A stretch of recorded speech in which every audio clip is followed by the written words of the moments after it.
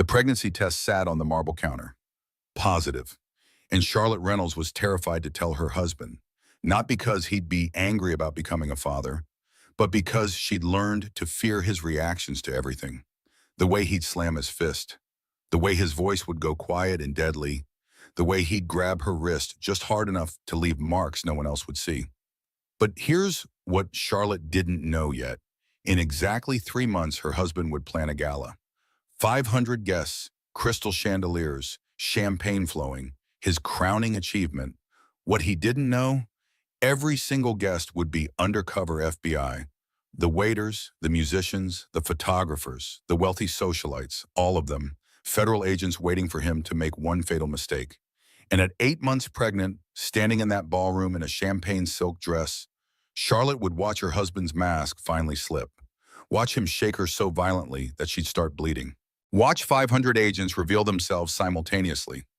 This is the story of how a terrified pregnant woman became the bravest person in the room, how the FBI built an entire fake event just to catch one man, and how sometimes the only way out is straight through the fire. Stay with me, because what happened that night, you won't believe it until you hear every word. The pregnancy test sat on the marble counter. Positive. 3 months along, and Charlotte Reynolds had no idea how to tell her husband without flinching.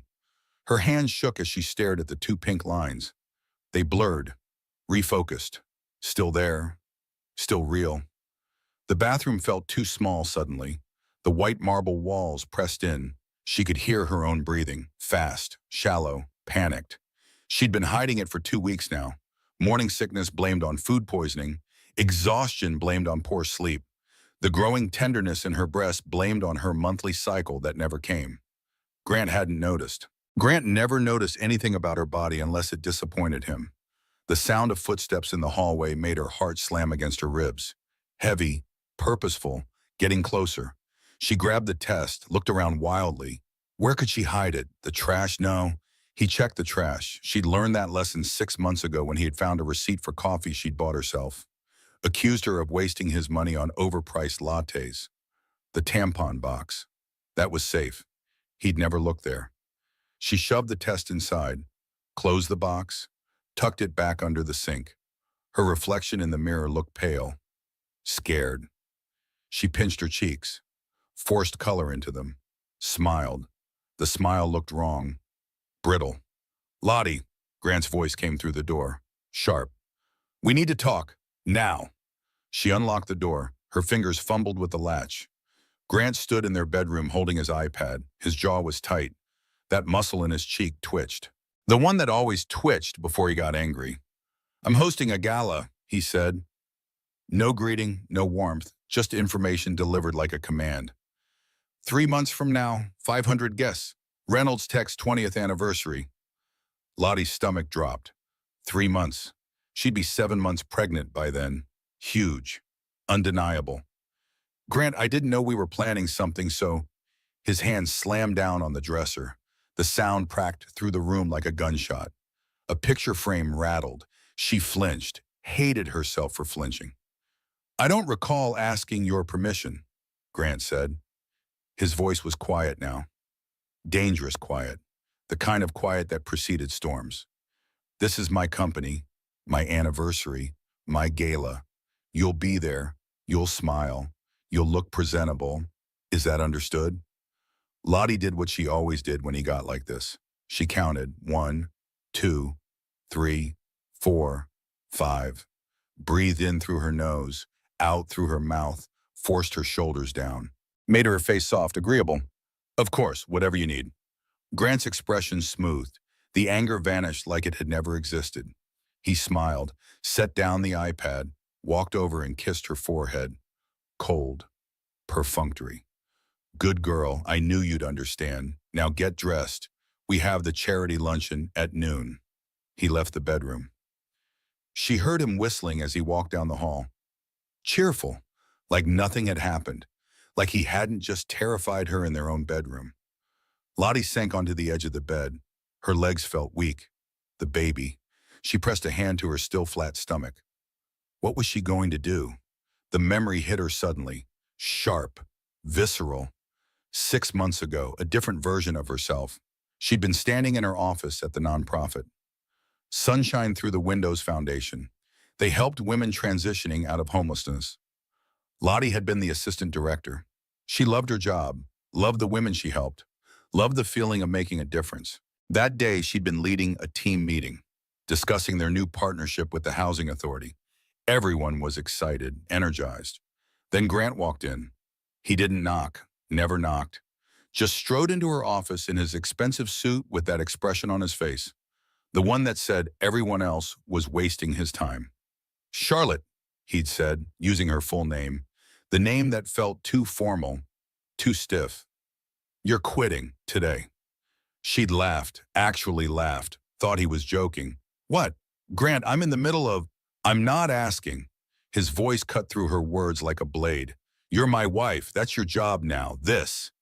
He'd waved his hand dismissively at her office, at her career, at everything she'd built. This is beneath you, beneath us. Pack your things. Her boss, Marianne, had been standing there, watching, helpless. The whole team had seen it happen. Lottie's face had burned with humiliation. Grant, can we at least discuss this privately? She tried. There's nothing to discuss. Get your things. We're leaving. And she had. She'd packed up her desk while everyone pretended not to stare. Marianne had followed her to the door, pressed a business card into her hand. Her eyes had been wet. If you ever need anything, she'd whispered. Anything at all, you call me.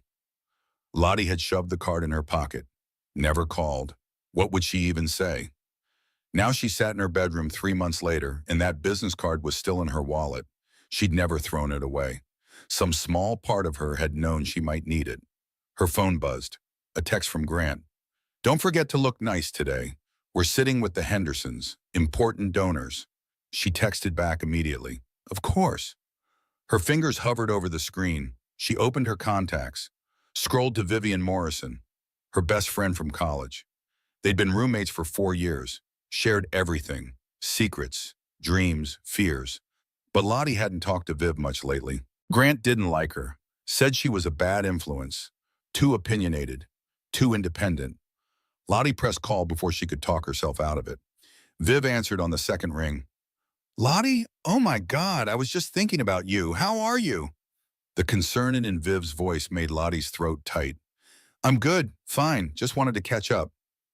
Really? Because you sound weird. Viv had always been able to read her, even over the phone. What's going on? Grant's planning a gala, big anniversary thing for the company, 3 months from now, 500 guests. She tried to sound excited, normal. Failed. Okay. Viv's voice was careful. And you're calling me because? Lottie paused, chose her words carefully. Grant checked her phone sometimes, read her messages. I'm 7 months pregnant by then. He hasn't noticed I'm pregnant now. Silence on the other end. Long silence. Then Viv's voice came back different, harder, professional. She was an investigative journalist. This was her work voice. Lottie, that's not normal. You know that, right? He's just busy. The company is expanding. There's a lot of pressure. Lottie, I have to go. Charity luncheon. I'll call you later. She hung up before Viv could push further. Her hands were shaking again. She pressed them flat against her thighs, counted her breathing.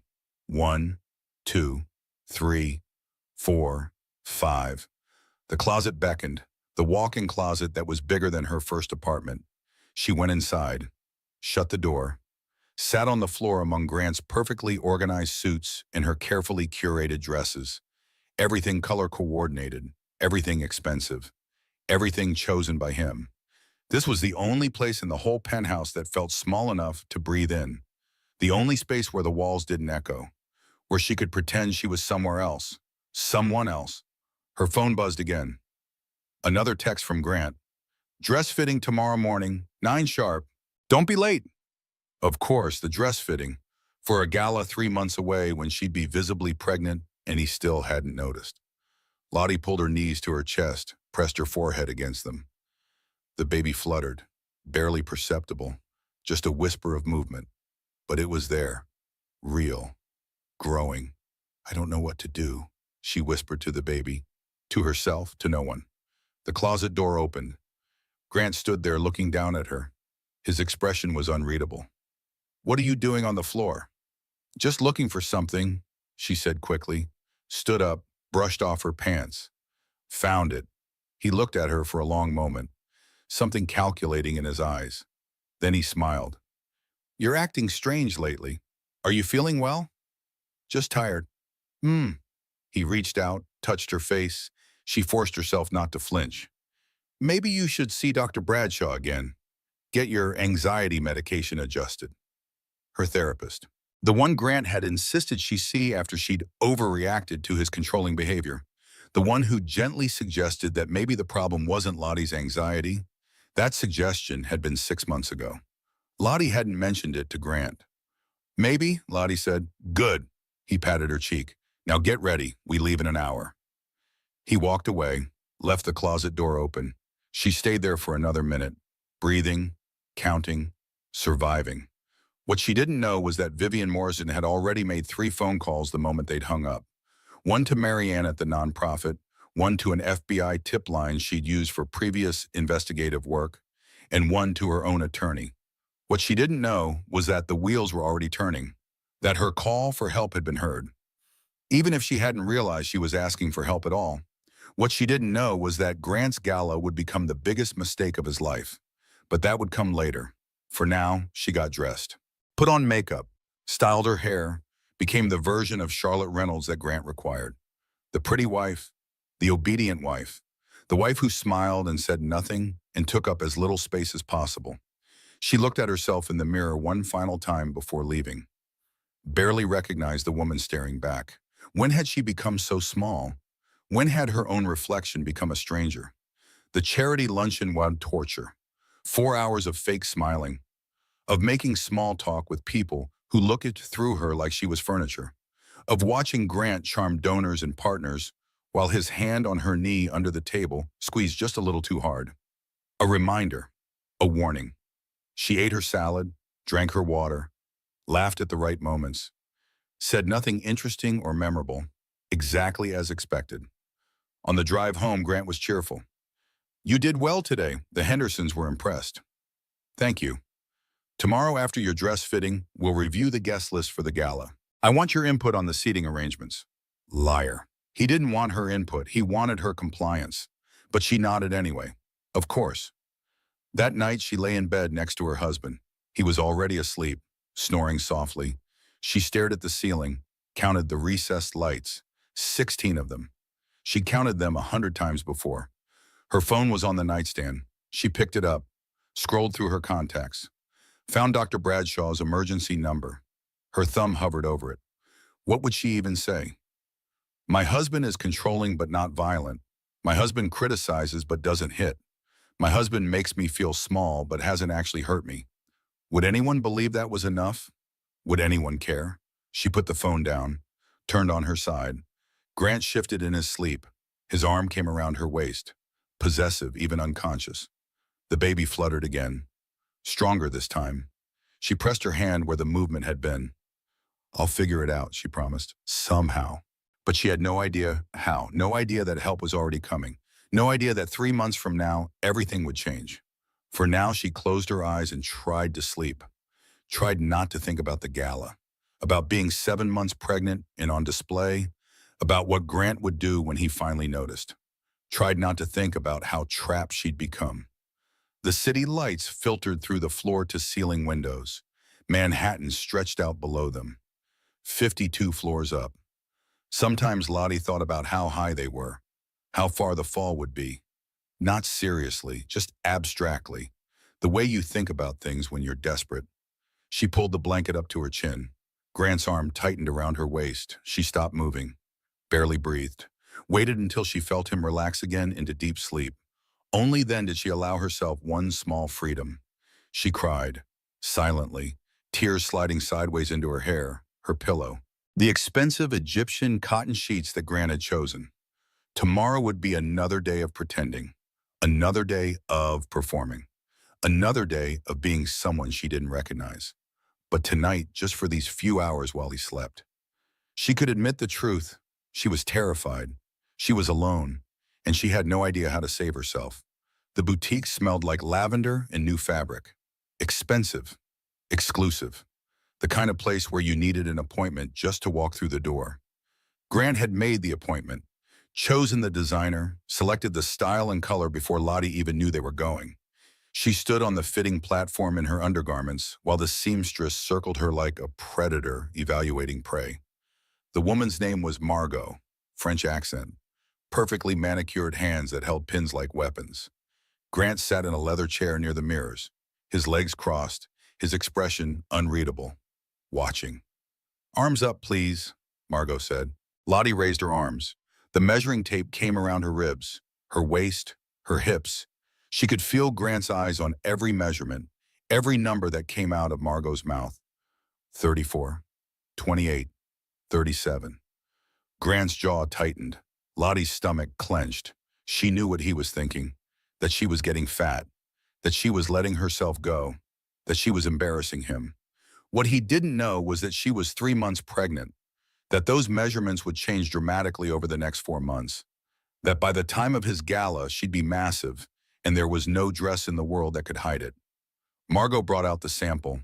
Champagne silk, bias cut, it would cling to every curve, show every imperfection. Grant had chosen well if his goal was to make her feel exposed. "Try this on," Margot said. Lottie stepped into the dress.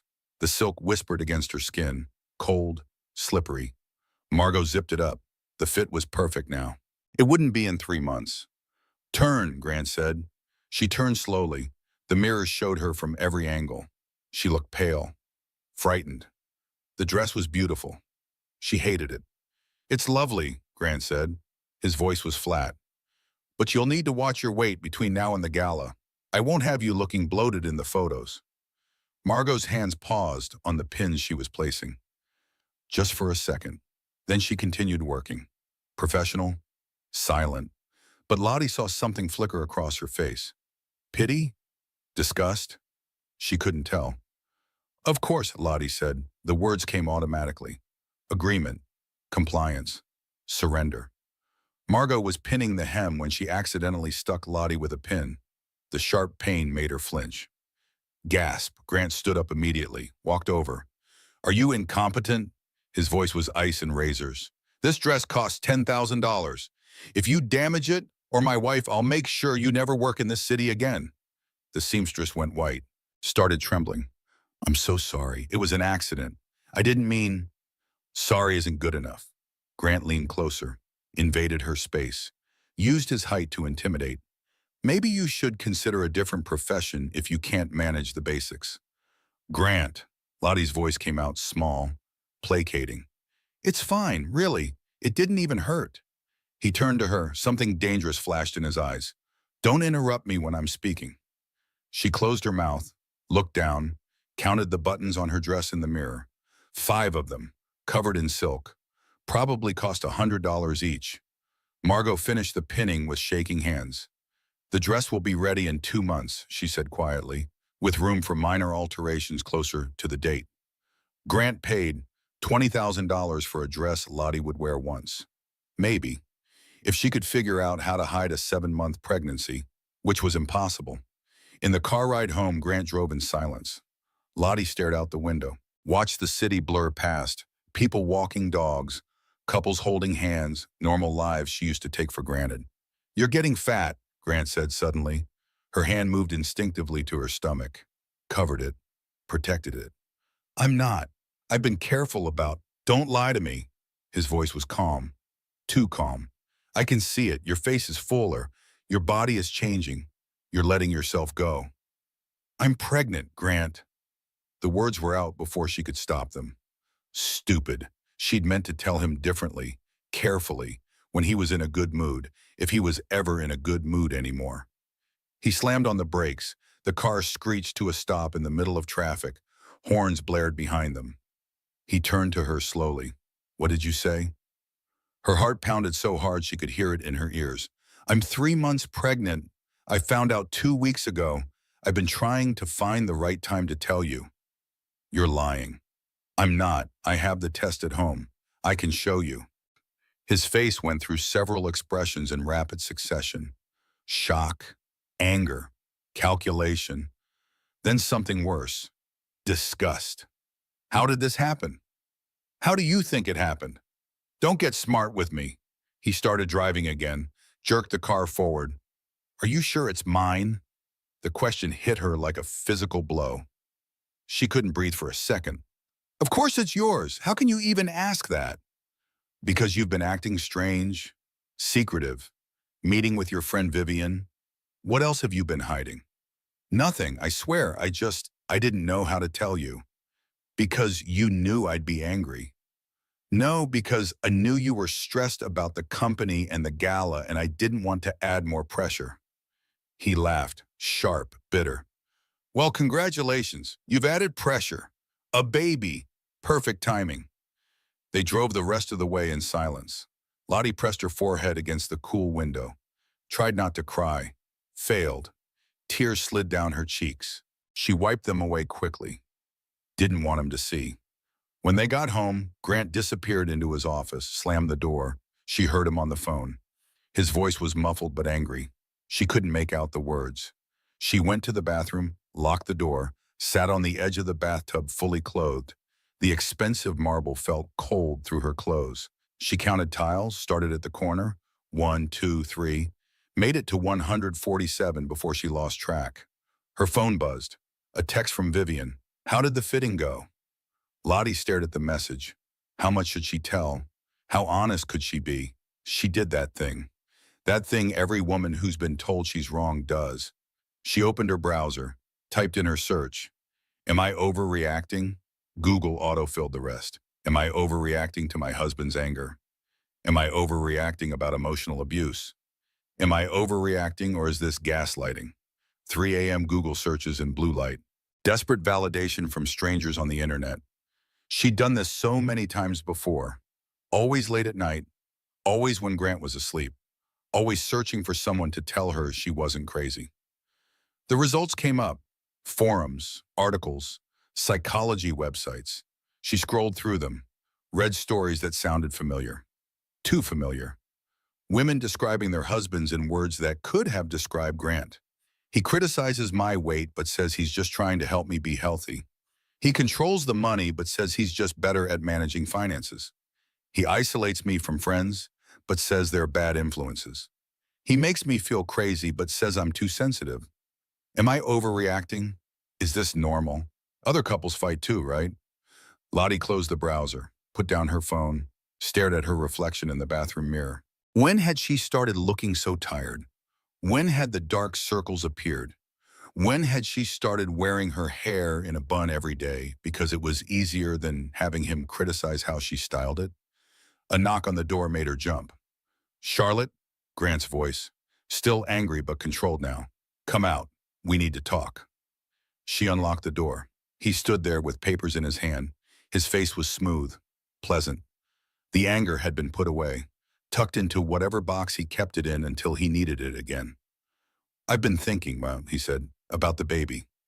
She waited, didn't speak, didn't trust her voice. Obviously, this complicates the gala. You'll be showing by then. Significantly showing. That's not the image I want to project. I'm sorry. The apology came automatically, programmed response. I didn't plan for the timing to be like this. Clearly, he handed her the papers. I've made an appointment for you, Dr. Helen Bradshaw, your therapist, tomorrow at 2. You need to get your anxiety under control. This is obviously stress-induced. You're not thinking clearly. She looked at the appointment card. Dr. Bradshaw. She'd been seeing her for 6 months, ever since Grant decided Lottie was too emotional and needed professional help. Okay, she said. Good. He touched her face. She made herself not flinch. I'm not angry about the pregnancy. I'm just disappointed that you didn't tell me sooner. We're supposed to be a team, Charlotte. Teams communicate. The word team almost made her laugh. When had they ever been a team? When had he ever consulted her about anything? Asked her opinion? Valued her input? But she nodded, smiled. You're right. I should have told you sooner. Yes, you should have. He kissed her forehead, walked away. She stayed in the bathroom doorway, the papers in her hand, Dr. Bradshaw's appointment card on top. Below it, something else. A printout from a website about pregnancy weight gain, normal ranges, what to expect. Highlighted sections about staying healthy. No, not healthy, thin. He'd highlighted sections about not gaining too much weight, about exercise routines, about portion control. At the bottom, he'd written in his neat handwriting, no excuse to let yourself go.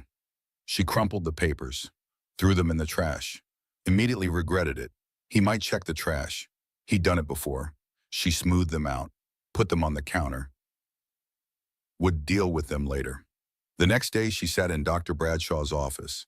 The beige couch was familiar now, worn in the same spot where she always sat. The tissue box was in the same place on the side table. She'd used it many times before. Dr. Bradshaw was in her mid-50s. Kind eyes, gentle voice. She'd been carefully documenting Lottie's sessions for 6 months, building a picture, waiting for the right moment. Charlotte, Dr. Bradshaw said, Grant called me this morning. He said you told him about the pregnancy. Yes. How did he react? He was surprised, but he's dealing with it. We both are. That's not what I asked. I asked how he reacted. Lottie picked at the hem of her shirt. He was upset at first, but then he calmed down. He's fine now. Was he angry? A little, but I understand why. I should have told him sooner. Dr. Bradshaw leaned forward. Her voice was very gentle, very careful. Charlotte, I need you to hear something. Pregnancy doesn't cause abuse. It often reveals it. The word hung in the air. Abuse. Heavy, ugly, not applicable to her situation. Grant didn't hit her. He had a temper. That was different, right? He's not abusive, Lottie said. Her voice sounded defensive even to her own ears. He's just particular, stressed. The company is expanding. There's a lot of pressure. I see. Dr. Bradshaw made a note. The pen scratched across paper. That sound always made Lottie nervous. What was she writing? What did it mean? I'd like you to think about something between now and our next session, Dr. Bradshaw said. Imagine your daughter is grown. Imagine she's married. And imagine she describes her marriage to you the same way you describe yours. What would you tell her? The question hit Lottie like cold water. She couldn't answer, couldn't even think about it without her throat closing up. Just think about it, Dr. Bradshaw said softly. That's all I'm asking. The session ended. Lottie drove home on autopilot. The question echoed in her head. What would she tell her daughter? She'd tell her to leave.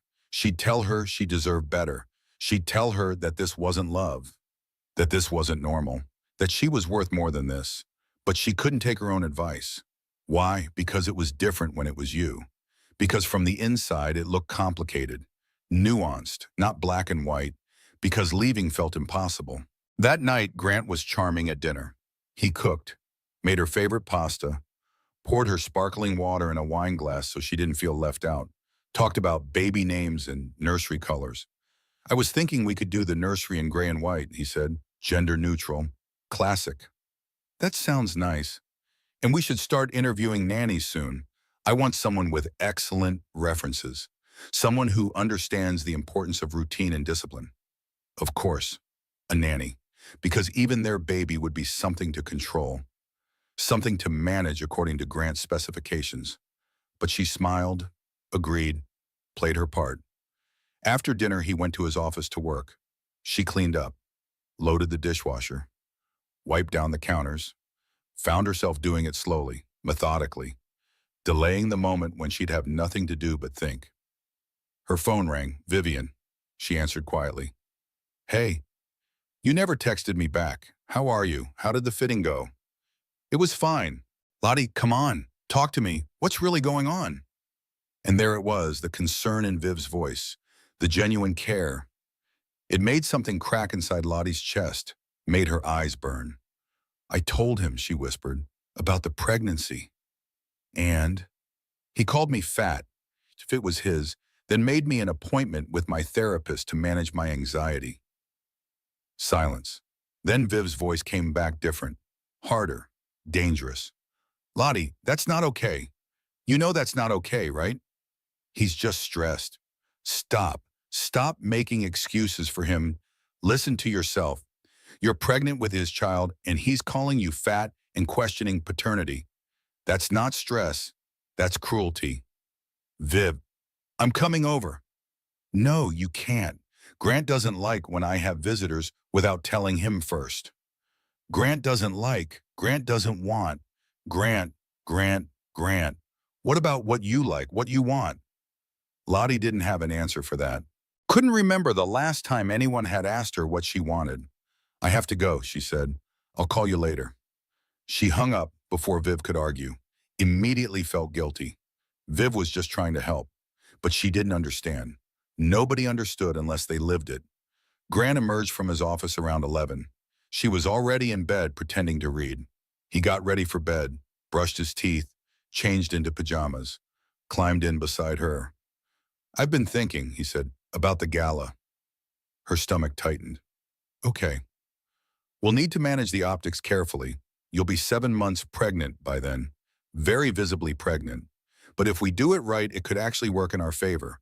The family man image. Successful CEO with a baby on the way. Right. So we'll need you to look perfect, glowing, happy. None of this tired, anxious energy you've been giving off lately. Understood? Understood.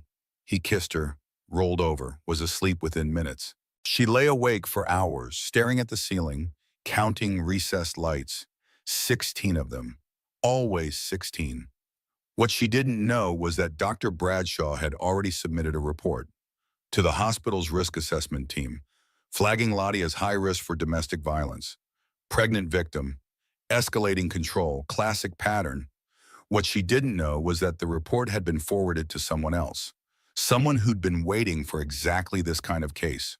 What she didn't know was that her question about what she'd tell her daughter had haunted Dr. Bradshaw too, enough to break confidentiality, enough to make that call.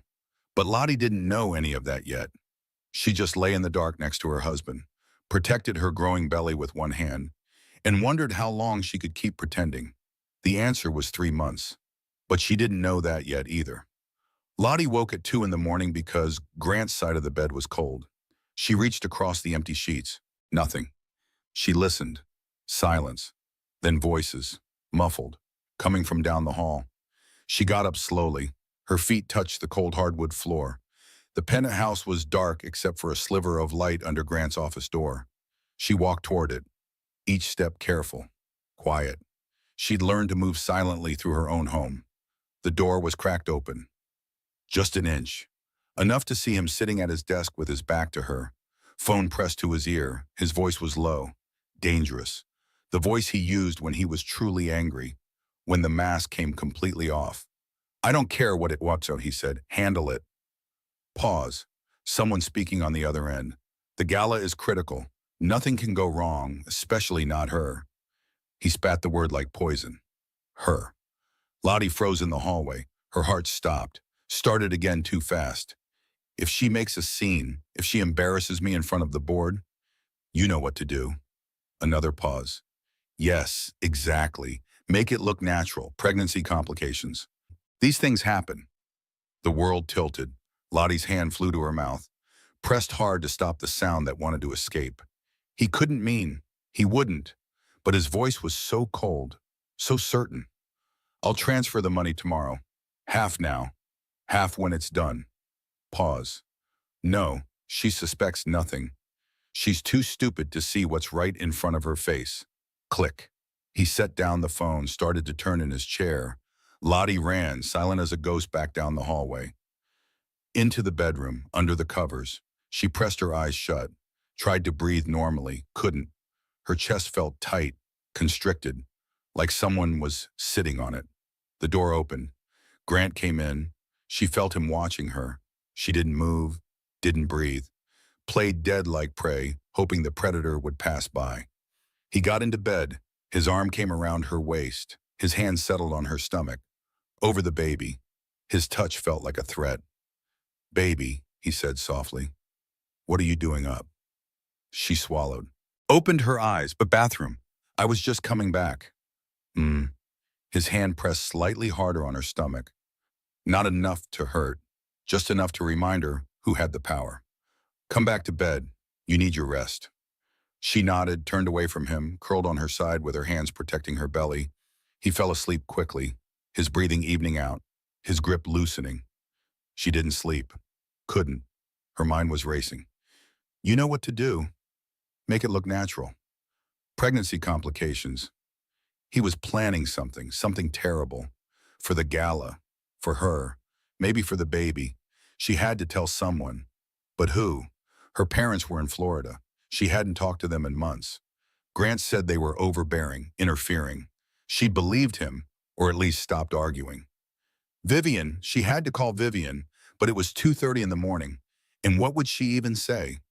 My husband implied on the phone that he might hurt me? It sounded paranoid, crazy, like her anxiety talking, like she was overreacting. But she'd heard him. She'd heard every word. Morning came too slow and too fast. Grant woke up cheerful, whistling in the shower, making coffee, acting like he hadn't been planning her murder 8 hours earlier. I have meetings all day, he said over breakfast. Will you be okay here alone? Yes. Good.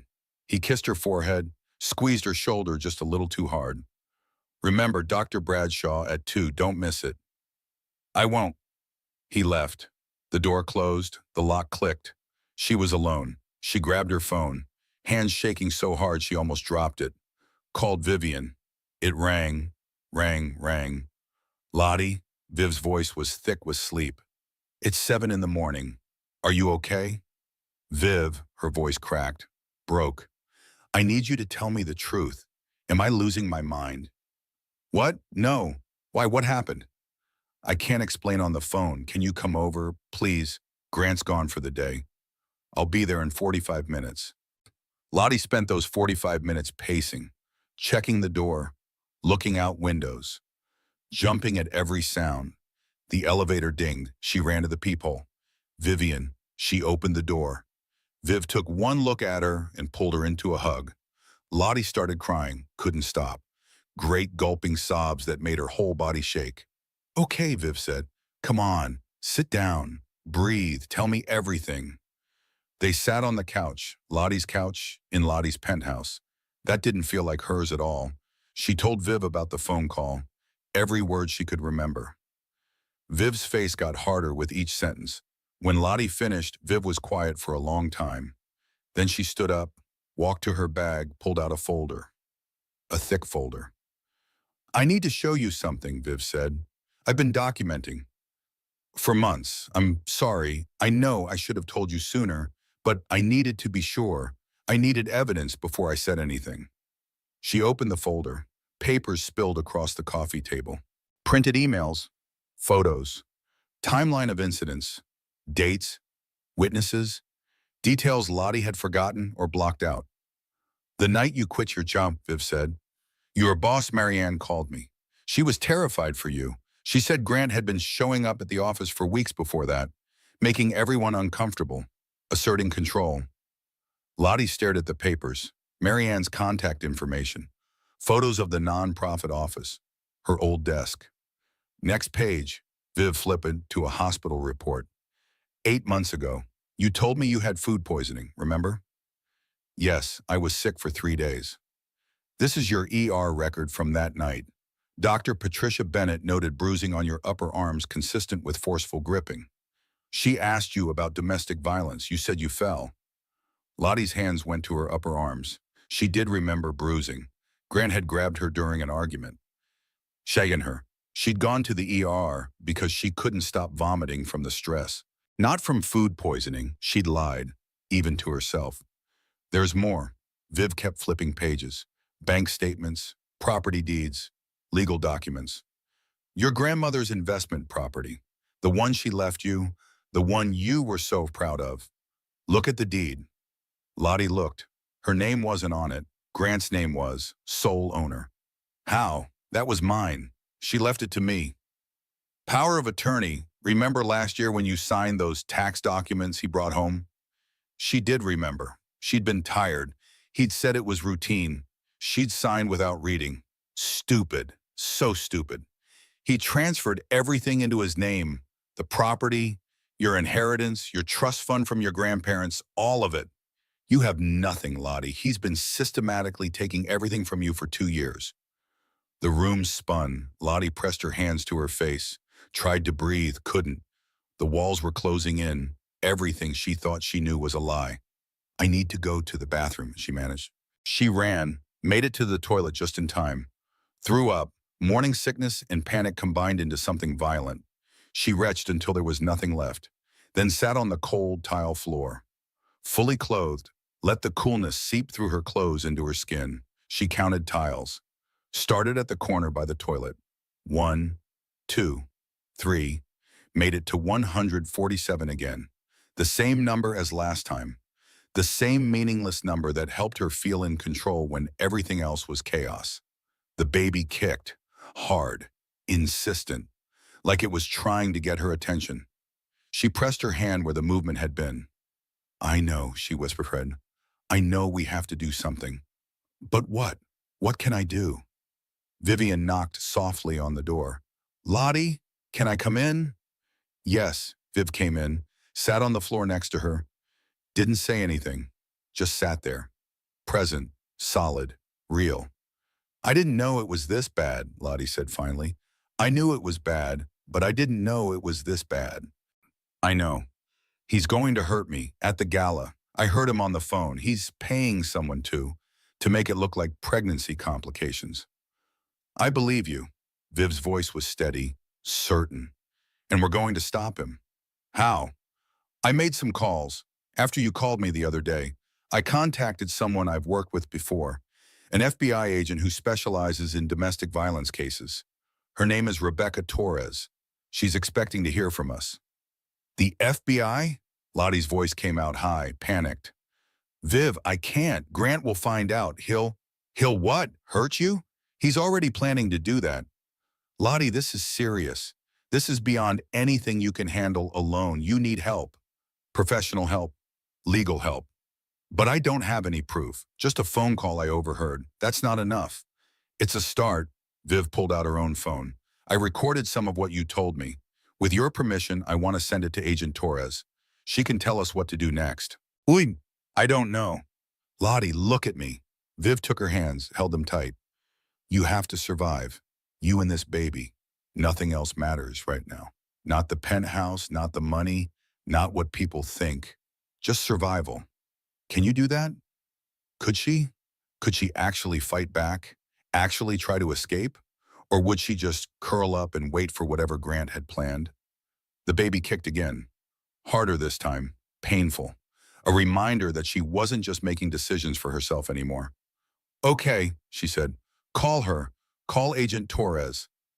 What she didn't know was that Agent Torres had been waiting for this call, that Dr. Bradshaw's report had landed on her desk 3 days ago, that Marianne from the nonprofit had also reached out, that Grant Reynolds had been on the FBI's radar for months, not for domestic violence, for other things, financial crimes, fraud, embezzlement. But they hadn't had a way in, hadn't had anyone willing to testify. Until now. Viv made the call right there on the bathroom floor. Put it on speaker. This is Agent Torres.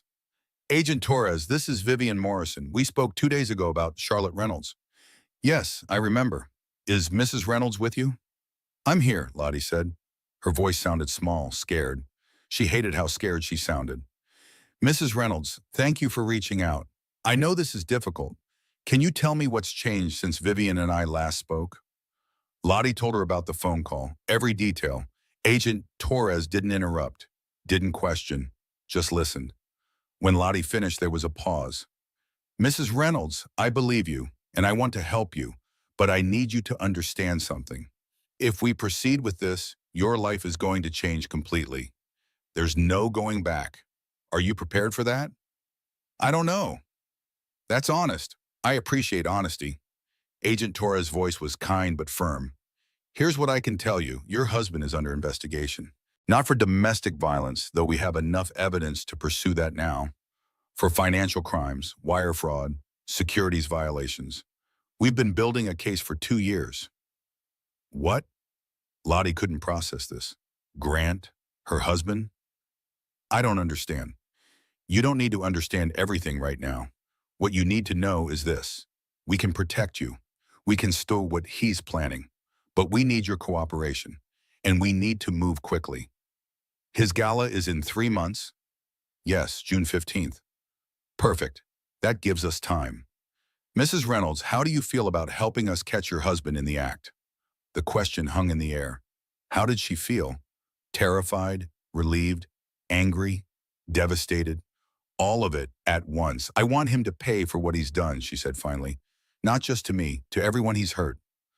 Good, that's what I needed to hear. Can you meet me tomorrow? Somewhere your husband doesn't know about? The Botanical Gardens, East Entrance. I go there sometimes. He doesn't monitor that. Doesn't monitor that? Agent Torres' voice sharpened. He monitors other places? He checks my phone sometimes, looks at my location, asks where I've been.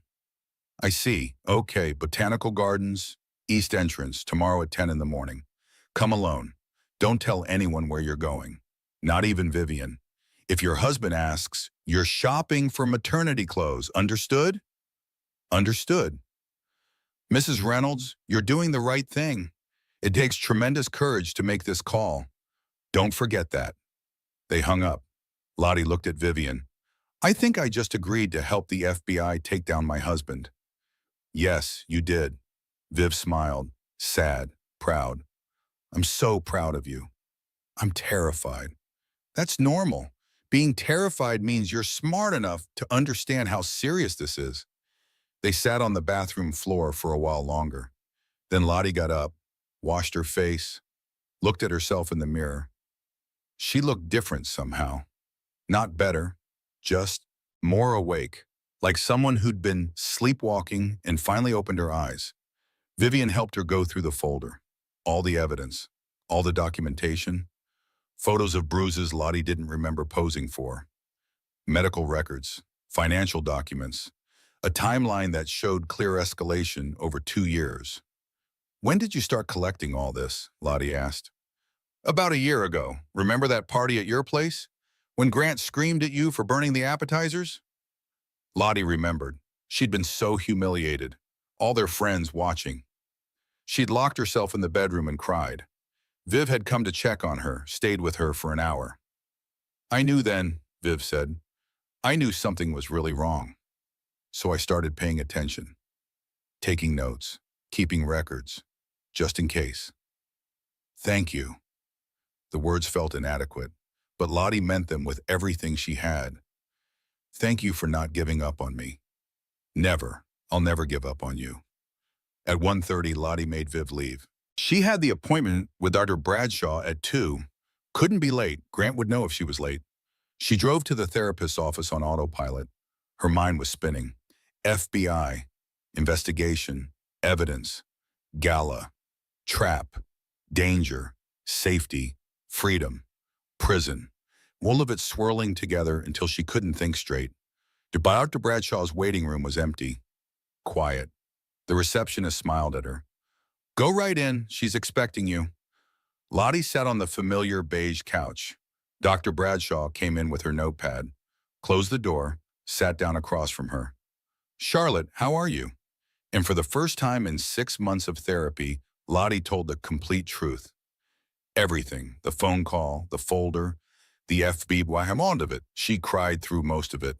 Dr. Bradshaw handed her tissues, listened without judgment.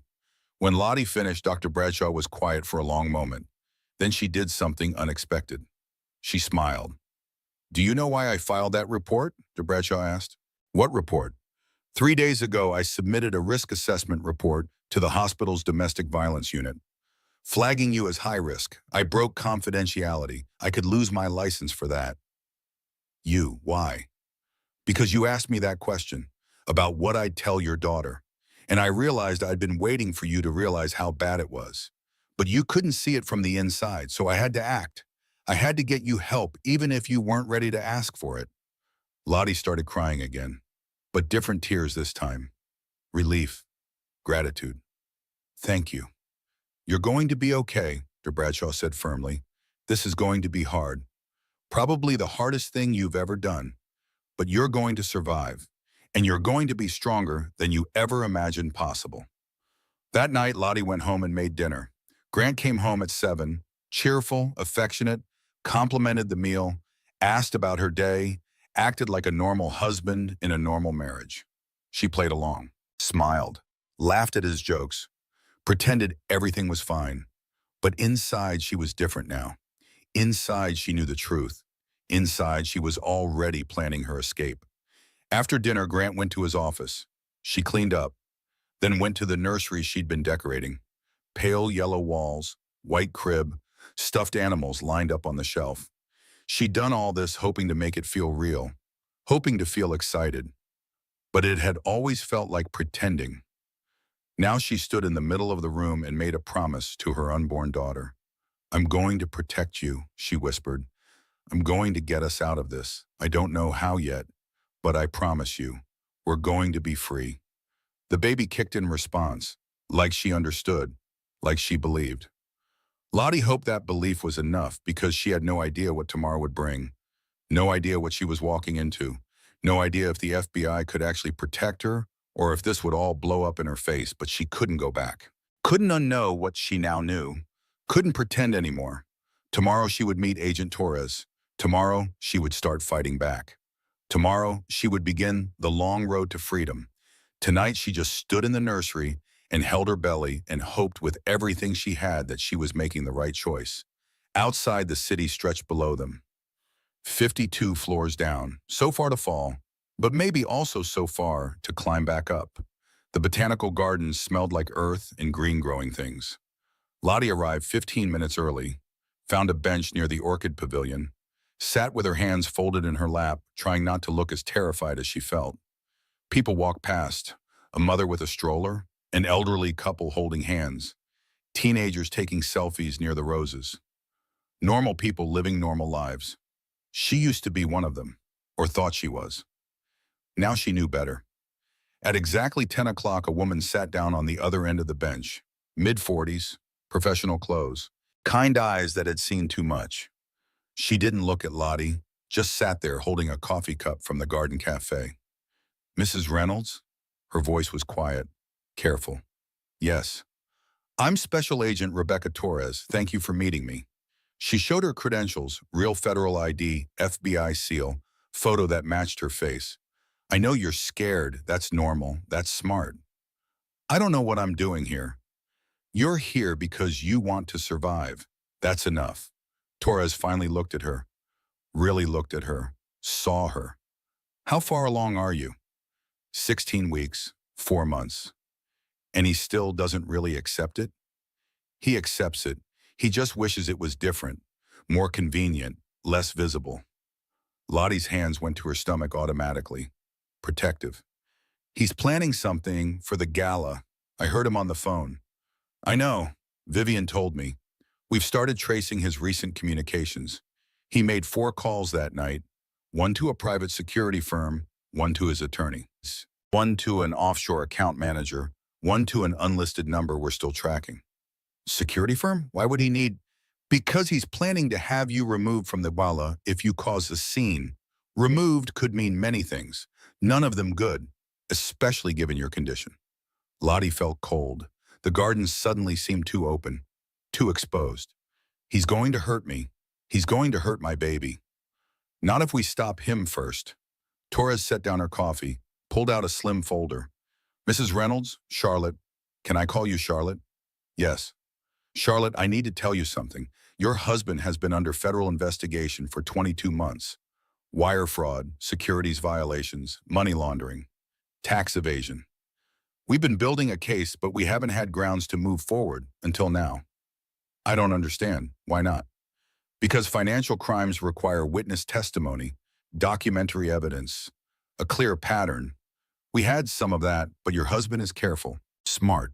He covers his tracks, uses shell companies, offshore accounts. We needed someone on the inside." Torres paused. "We needed you." The words hit like a punch. Lottie's breath caught. "You want me to spy on him?" "No, we want you to protect yourself while we gather the evidence we need. Your therapist filed a report. Your friend compiled documentation. Your former boss reached out to us. And now you've come forward about a direct threat. That's enough for us to act. Act how? Torres opened the folder. Inside were photos, documents, surveillance images, Grant meeting with people Lottie didn't recognize, Grant entering buildings she'd never heard of, Grant living a whole life she knew nothing about. Your husband isn't just a CEO, Torres said. He's a criminal. He's been defrauding investors for years. Millions of dollars. He's ruined lives, destroyed retirement accounts, bankrupted families. And he's done it all while pretending to be a respectable businessman. Lottie stared at the photos. This was Grant, but also not Grant. Or maybe this was who he'd always been and she'd just never seen it. What do you want me to do? I know what to do, she asked. We want to turn his gala into an operation. A sting. Torres pulled out more papers. Diagrams, floor plans, guest lists. 500 people will be invited to this event. What if all 500 were federal agents? What? We create a complete fake gala. Every guest is FBI, marshals, ATV, local police, state troopers. We build fake identities, backgrounds, reasons to be there. Your husband invites real people, but we intercept the invitations, send regrets, replace them with our agents. Lottie's mind spun. That's insane. He'll know. He'll figure it out. No, he won't, because he doesn't actually know these people. He sends invitations to impress donors and investors. Most are strangers to him. Business contacts, industry people, wealthy socialites. He's never met most of them. We can replace them easily. But his business partners, his board members, the people he actually knows, we'll handle them. Some will cooperate with the investigation once we approach them. Some will be detained on other charges that night. Some will simply not show up. By the time the gala happens, every person in that room will be working for us. The scope of it was staggering. Impossible, but Torres seemed completely serious, completely certain. Why didn't, Lottie asked, why go to all this trouble? Because your husband will feel safe, powerful, surrounded by witnesses he thinks are on his side. That's when men like him slip, make mistakes, show their true nature. Torres leaned closer. And because when he acts, when he hurts you, we'll have 500 federal witnesses, perfect documentation, ironclad evidence. He won't be able to deny it, won't be able to charm his way out, won't be able to hurt another woman ever again. The weight of it settled on Lottie's chest. You want me to be bait? No, I want to give you the power. You'll wear a wire, audio and video, panic button hidden in your jewelry. We'll have agents positioned everywhere. The moment you're in danger, we move. But we need you to act naturally. Be yourself. Let him think he's winning. And if something goes wrong, nothing will go wrong. But if it does, Torres looked at her for a long moment. Then we have a backup plan, and a backup for the backup, and 50 agents whose primary job is your safety. Charlotte, I won't lie to you. There's risk. But doing nothing is riskier. He's already planning something. At least this way you're not alone. Lottie thought about that, about not being alone. She'd been alone for so long, even surrounded by people, especially surrounded by people, because none of them really saw her, really knew what was happening. There's something else, Torres said. Your husband's assistant, Jenna Palmer. She came to us 3 weeks ago. Jenna, why? Because she's been watching him treat you like this for 2 years, and because she has recordings, emails, documentation of his abuse, not just of you, of female employees, business partners who wouldn't cooperate, investors who questioned him. He's been systematically destroying anyone who gets in his way. Torres pulled out a thumb drive. This is everything Jenna gave us. I'm giving you a copy, not because you need to see it, but because you need to know. You're not the only victim. You're not crazy. You're not overreacting. He's dangerous. To you, to others, and you have a chance to stop him. Lottie took the thumb drive. It felt heavy, heavier than it should. I need time to think. You have until Friday, 3 days. After that, we need to start building the operation. The gala is in 78 days. That's barely enough time to set up an operation this complex. What do I do until then? Go home, act normal. Don't tell your husband about this meeting. Don't change your behavior. Don't give him any reason to suspect. Torres stood, pulled out a card. This has my direct number. Memorize it. Don't save it in your phone. If you need me, if anything happens, you call, day or night. Understood? Understood. Torres walked away, disappeared into the gardens. Lottie sat on the bench for a long time after, watching people pass, living their normal lives, wishing she could trade places with any of them. Her phone buzzed. Text from Grant. Where are you? Her heart jumped. She typed back quickly. Maternity shopping, found some cute things, home soon. Good. Dinner at 7 with the Hendersons. Wear something nice. Of course, more performing, more pretending, more playing the perfect wife for an audience that would judge her no matter what she did.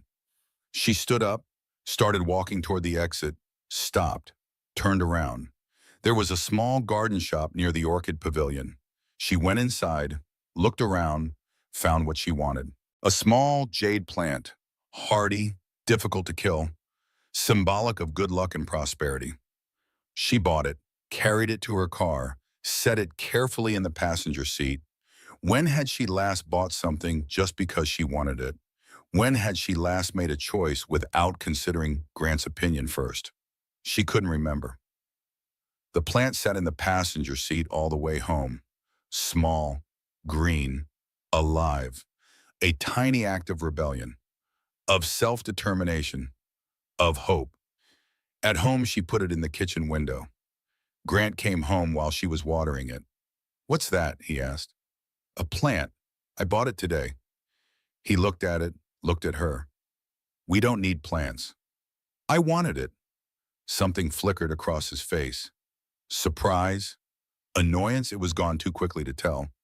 Fine, but don't let it die. I won't have dead plants in my home. Our home, she said quietly. What? Nothing. I'll take care of it. He left the kitchen. She touched the jade plant's leaves, smooth, cool, real. I'm going to take care of both of us, she whispered. Dinner with the Hendersons was torture as always. 4 hours of fake smiling while Grant's hand on her knee squeezed warnings. While Mrs. Henderson made pointed comments about Lottie's weight gain. While Mr. Henderson told inappropriate jokes and Grant laughed too loud. But now Lottie saw it differently, saw how Grant controlled every interaction, steered every conversation, made sure she never spoke unless spoken to, never expressed an opinion, never existed except as an extension of him. How had she not seen it before? Or had she seen it and just convinced herself it was normal? That night in bed, Grant was affectionate, wanted sex. She went through the motions. Let him touch her. Move on top of her. Finish. He rolled off satisfied, was asleep within minutes. She went to the bathroom, locked the door, inserted the thumb drive Torres had given her into her laptop, opened the files. What she saw made her physically sick. She had to stop 3 times to throw up. Had to sit on the cold tile floor, breathing through her nose until the nausea passed. Emails from Grant to investors, lying about returns, falsifying documents, stealing money and blaming market fluctuations. Recordings from Jenna.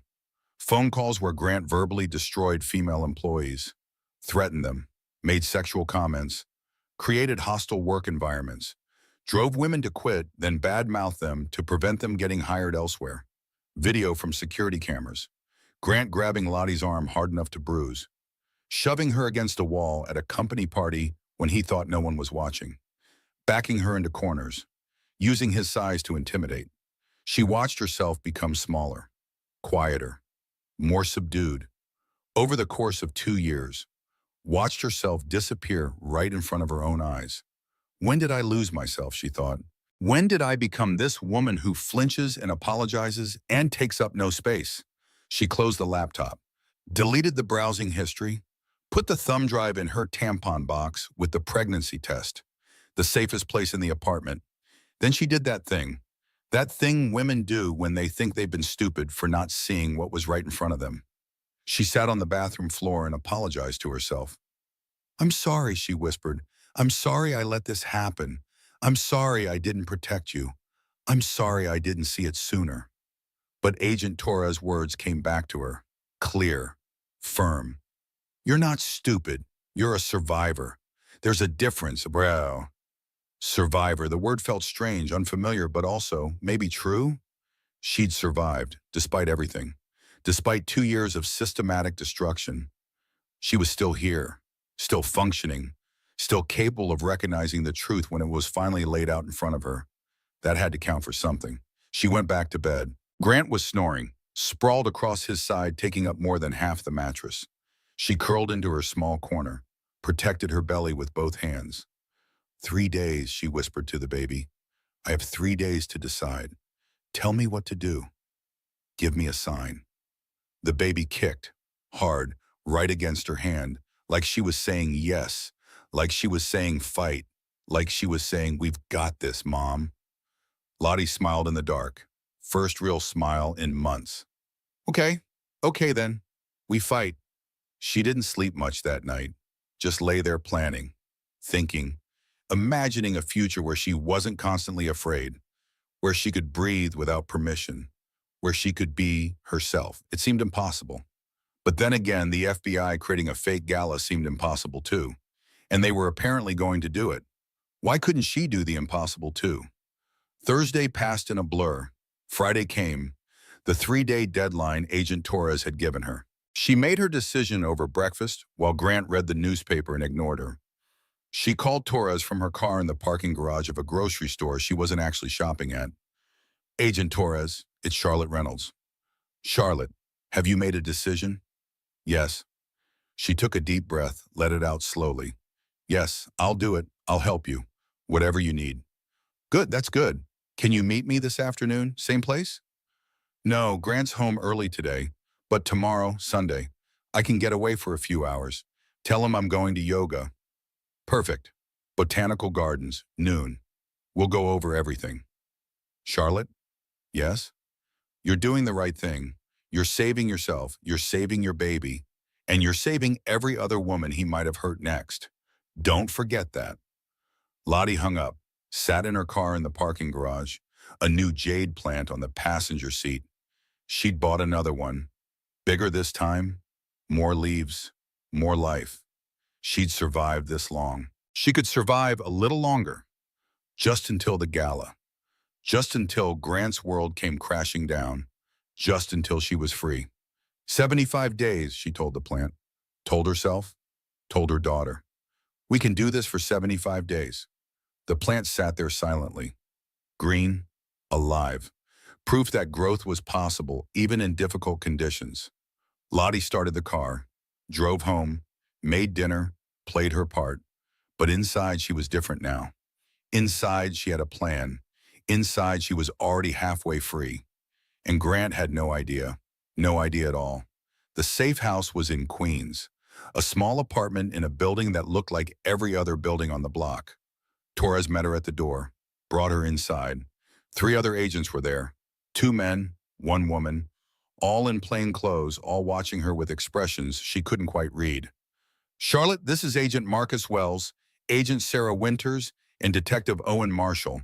They're part of the task force. Lottie nodded to each of them. Felt suddenly shy, exposed. These people knew everything about her, had read files, seen recordings, watched her at her most vulnerable. Have a seat, Torres said. We have a lot to cover. They sat around a folding table covered in papers, floor plans, guest lists, operational timelines, photos of Grant with dates and locations noted. First things first, Torres said. Are you having any second thoughts? Every single thought is a second thought, Lottie admitted. But I'm here. I'm committed. Good, because once we start this, there's no backing out. Your husband can't suspect anything. Your behavior has to be completely normal. Can you do that? Lottie thought about the last 8 weeks, pretending to be happy, hiding pregnancy symptoms, lying about where she'd been and who she'd talked to. Yes, I've been doing it for months. All right, let's talk logistics. The gala is in 72 days. Here's what that timeline looks like. Torres pulled out a calendar. Dates marked in different colors. Red for operational milestones. Blue for Lottie's checkpoints. Green for Grant's activities they needed to monitor.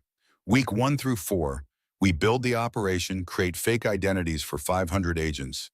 Intercept invitations, reach out to Grant's real contacts and either get cooperation or neutralize them. Neutralize? Detain on unrelated charges. Convince them to skip the event. Whatever it takes. Some will cooperate, some won't. We can't have wild cards in the room. What about his business partners? Ethan Pierce, the board members? Pierce is already under investigation. 2 board members have agreed to cooperate. 3 we're still working on. They'll be handled. Agent Wells spoke up. Mrs. Reynolds, do you know how many people your husband actually has close personal relationships with? I don't know. Not many. He doesn't really have friends, just business associates. Exactly. We've analyzed his communications. He has approximately 12 people he speaks to regularly outside of work. Of those 12, 7 are business contacts we can manage. 3 are family members, 2 are his attorney and financial advisor. What about his mother? Lottie asked. Diane, she'll definitely be there. Torres made a note. We'll need to brief her separately, see if she'll cooperate or if we need to exclude her from the operation. She won't believe you. She thinks Grant is perfect. She's always protected him. Mothers often do. We'll cross that bridge when we come to it. Agent Winters pulled out a small black box, opened it. Inside was a necklace. Delicate, expensive looking. Pearls with a diamond pendant. This is what you'll wear the night of the Gala, she explained. The pendant contains a camera. Audio and video. The clasp has a panic button. Press it 3 times fast and every agent in the room moves. Lottie took the necklace, held it carefully. It looks so normal, so innocent. What if Grant sees it, examines it? He won't. It's been designed to look exactly like the kind of jewelry he'd approve of. Elegant, classic, expensive but not flashy. Your friend Vivian actually helped us choose the style based on what you usually wear. Viv knows about all this? She's been briefed. She's also agreed to help. She'll be at the gala, not as an agent, as your friend, your support system. Someone real in a room full of fakes. The thought of Viv being there made Lottie feel marginally less terrified. Okay, what else? For the next 3 hours, they walked through every detail, where Lottie would stand, what she would say, how to signal if she needed help, escape routes if something went wrong, medical team on standby, ambulance positioned nearby. We're preparing for every contingency, Torres said, including the worst-case scenario. If he moves faster than we anticipate, if he tries to hurt you before we can intervene, we have protocols. What's the worst-case scenario? Lottie asked. Silence. Torres and Wells exchanged looks. The worst case, Torres said finally, is that he does exactly what he threatened on that phone call. Causes pregnancy complications. Makes it look like an accident. That's what we're stopping. But we need you to understand there's inherent risk. I understand. Do you? Because I need to be very clear. We believe we can protect you, but your husband is dangerous, unpredictable when cornered, violent when his control is threatened. You've seen that yourself. Lottie had. She'd seen his rage, felt his hands on her, heard the threats in his voice. Yes, she understood. What happens to me after? She asked. After the gala, after he's arrested, what's my life like? You'll be protected. We'll have agents assigned to you until trial. You'll testify. That's non-negotiable. But afterward, you're free. New life, new start, whatever you want. Whatever she wanted. The phrase felt foreign. What did she want? She'd spent so long not wanting anything. Not allowing herself to want, keeping her desires small, manageable, acceptable. I want my grandmother's property back, she said. The one he stole from me? I want that. You'll get it. We have forensic accountants already working on untangling his finances. Everything he took from you will be returned. And I want to work again, at the nonprofit, or somewhere similar, helping people. Torres smiled. I think that can be arranged. They worked until 5 in the afternoon. Lottie's head was spinning with information.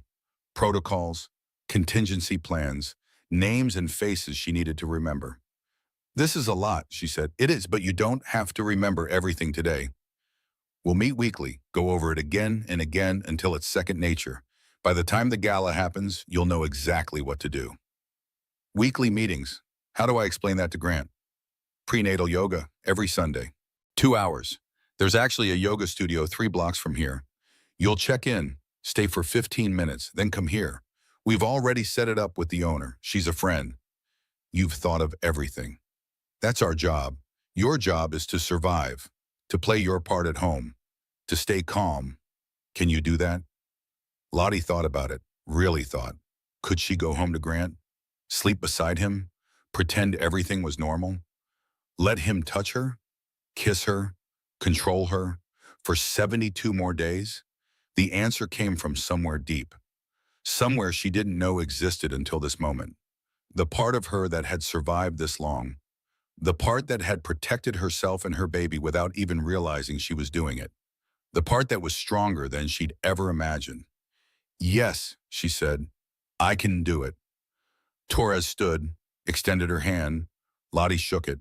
The handshake felt significant, like a contract, a promise, a commitment that couldn't be broken. Then we're doing this. Operation Champagne Silk. That's what we're calling it. After my dress, after your dress, after the expensive facade your husband built, that's about to shatter into a million pieces.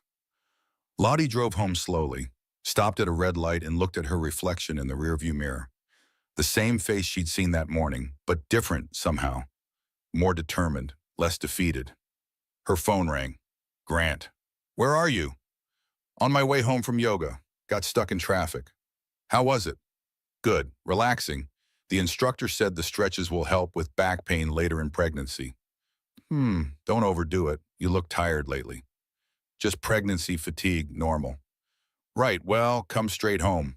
We have dinner plans with Ethan and his wife. Of course they did. More performing. But she could do it. She'd done it before. She'd do it 72 more times if necessary. I'll be there in 20 minutes. She hung up, stared at her reflection again. 72 days, she said aloud. We can survive anything for 72 days. The light turned green. She drove home. Parked in the garage. Did that thing. That thing where she sat in the car unable to make herself go inside. The car had become her sanctuary. The only place Grant couldn't reach her. The only space that was truly hers. She counted. 1, 2, 3, 4, 5. Breathed, gathered her strength, became the version of herself that Grant required. Then she went inside. Dinner with Ethan Pierce and his wife Amanda was enlightening in new ways. Now that Lottie knew Ethan was under investigation, she saw him differently. Saw how he and Grant spoke in half-truths. How they exchanged looks when discussing business. How Amanda seemed worn down in the same way Lottie was. At one point, Amanda leaned close, whispered, "You look different. Has something changed?" Lottie's heart stuttered. Could people tell? Could they see that she'd made a decision? That she was planning something? Just pregnancy, she said lightly. Everything's changing. I remember that feeling, like your body isn't your own anymore. Yes, exactly like that. Except Lottie's body hadn't been her own long before pregnancy. Grant had claimed ownership years ago. She'd just been too blind to see it. After Ethan and Amanda left, Grant was in a good mood. The business discussion had gone well. Some deal was moving forward. Lottie didn't ask details. Didn't want to know. In bed that night, he touched her stomach. The baby kicked against his hand. He flinched, pulled away. Does it always do that? The baby's a girl. We found out this week, remember? Right, she. But his voice had no warmth, no connection, like he was talking about a stranger's child, not his own daughter. Have you thought about names, Lottie asked. Names? For the baby, what we'll call her. Oh no, you handle that, whatever you want. Whatever she wanted. There was that phrase again, except when he said it, it sounded like dismissal, like he didn't care enough to participate. I was thinking, Grace, she said, for my grandmother, the one who left me the property. Grant tensed. Let's not use family names. Too much pressure. Choose something neutral. But, Charlotte, I said no. Drop it. She dropped it, added it to the mental list of things she was fighting for.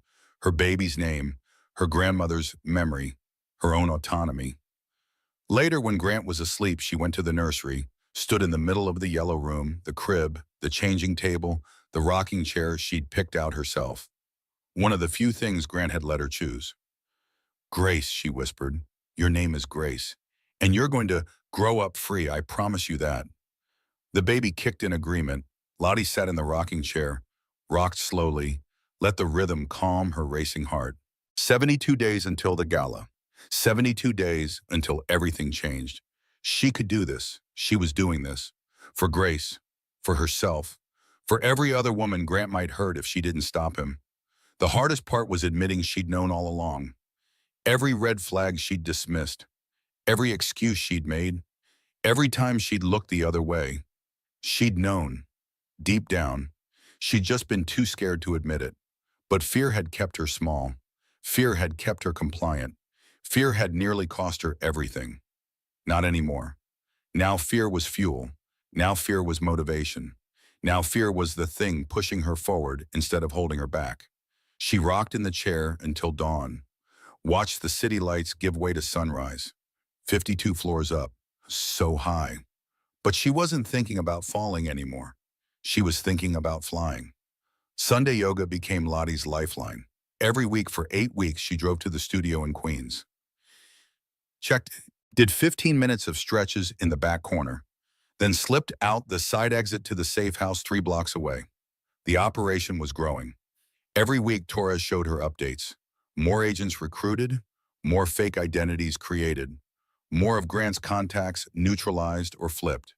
Week 5 brought unexpected news. Diane Reynolds, Grant's mother, had agreed to cooperate. She what? Lottie couldn't believe it. Diane. We approached her carefully, Torres explained, showed her evidence of Grant's financial crimes first, not the domestic violence. That would have made her defensive. But the fraud, the investors he'd destroyed, that reached her. What did she say? She cried, said she'd raised him better, said his father would be ashamed.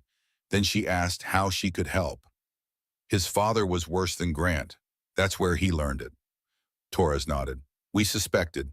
Mrs. Reynolds Sr. mentioned that too, said she'd spent 40 years making excuses for her husband. She wasn't going to make them for her son anymore. Will she be at the gala? Yes, she'll act normally, play her part, but she'll also testify when the time comes, against her own son. That takes courage. Lottie thought about Diane, about the question she'd asked weeks ago. Did your husband hurt you? And Diane's shaking hands, her white face, her admission. That was different. Maybe it wasn't different after all. Maybe Diane was finally seeing that. The sessions at the safe house became more detailed. Lottie practiced wearing the necklace, pressing the panic button, speaking clearly for the audio recording, moving naturally for the video. Agent Winters worked with her on body language. You need to act normal, not stiff, not obviously scared, just yourself. Grant knows how you move, how you talk. Any change will alert him. They ran scenarios. What if Grant grabbed her arm? What if he pushed her? What if he tried to isolate her from the crowd? Each scenario had a protocol, a response, a way for the agents to intervene without blowing the operation. Remember, Torres said, we have 500 agents in that room. Every single person will be ours. Waiters, caterers, musicians, photographers, guests, security, all of us. Grant will be the only civilian there besides you. What about Vivian? Vivian will be there as your guest. She'll stay close. She's also been trained. She knows the signals, knows the protocols. What about my OB? Will there be medical staff? 2 doctors, 3 nurses, all federal agents with medical training. Ambulance outside, hospital on standby. We're not taking chances with you or the baby. Lottie was 28 weeks pregnant now. 7 months, obviously showing, Grant's behavior had evolved. He'd stopped touching her stomach, stopped acknowledging the pregnancy except to criticize her changing body, made comments about post-baby weight loss, about getting back to normal, as if she'd ever been normal, as if their life together had ever been anything but a carefully constructed lie. At home, she played her part perfectly, smiled through his criticisms, agreed with his decisions, let him control everything. But she was documenting now. Photos of bank statements, screenshots of emails, recordings of phone calls, everything Torres had asked for. Week 6 brought a scare. Grant found her laptop open to a document she shouldn't have had access to, one of his business files. She'd been looking up information Torres needed, hadn't closed it fast enough. "What is this?" His voice was ice. Her mind raced. "I don't know. I was checking my email. That must have been open from when you used my laptop last week." "I didn't use your laptop last week." "You must have. I haven't looked at business documents." "Why would I?" He stared at her. She held his gaze, didn't look away, didn't flinch. Inside her heart was pounding so hard she thought he must hear it. But outside she was calm, confused, innocent. "Close it," he finally said, "and stay out of my files." "Of course, I'm sorry." He walked away. She closed the laptop with shaking hands. That was too close, too dangerous. She couldn't make mistakes like that. That night she lay awake next to Grant, her hand on her belly, Grace kicking steadily, strong, insistent, reminding her why she was doing this. She thought about the question Dr. Bradshaw had asked. What would she tell her daughter? What advice would she give? The answer was clear now. She'd tell Grace to trust her instincts, to believe herself when something felt wrong, to leave at the first sign of control, to value her own life above anyone else's expectations. She'd tell Grace that surviving wasn't weakness, that asking for help was courage, that fighting back was heroic even when it didn't feel heroic. She'd tell Grace that her mother had been scared too, but she'd fought anyway, for both of them. "Starting over feels impossible," Lottie whispered to the ceiling, to herself, to no one. "But staying feels like dying slowly, and I won't let you grow up thinking this is love." The words felt true, real, like finally admitting something she'd known for a long time but couldn't say. Week 7 brought more preparation. The gala was getting close. 35 days, 5 weeks. So close, Lottie could almost feel it. Torres brought Marcus Doyle to the safe house. The divorce attorney Viv had mentioned months ago. He spread papers across the table. "Mrs. Reynolds, Charlotte, I want to explain what happens legally after the arrest." "Call me Lottie, everyone does." "All right, Lottie. The moment Grant is arrested, we file. Emergency protective order, custody petition, asset freeze, dissolution of power of attorney. All of it simultaneously." He walked her through each document, where to sign, what each form meant, how the legal process would unfold. "Your grandmother's property will be returned within 30 days. The rest of the assets will take longer. But you'll have access to accounts immediately, enough to support yourself and the baby." "How much?"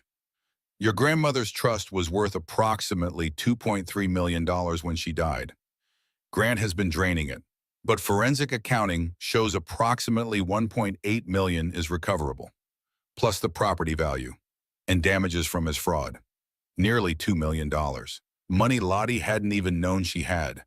Money that was rightfully hers. Money that would give her and Grace the freedom to build whatever life they wanted. "What about Grant's money?" she asked. "The company?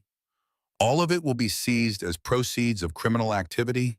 Investors will be compensated first, then victims. Whatever remains will be distributed according to court order. You may be entitled to some of it as community property, but honestly, I'd advise taking your own money and walking away clean. Starting fresh." Starting fresh. The words sounded like freedom. "One more thing," Marcus said. "After the arrest, Grant will try to contact you, from jail, through his attorney, through family members. You need to refuse all contact.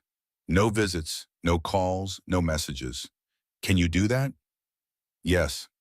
"Good, because he'll try to manipulate you, apologize, promise to change, make you feel guilty, blame you for his arrest.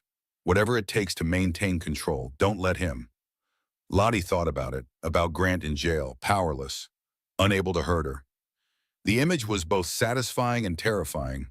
Satisfying because justice.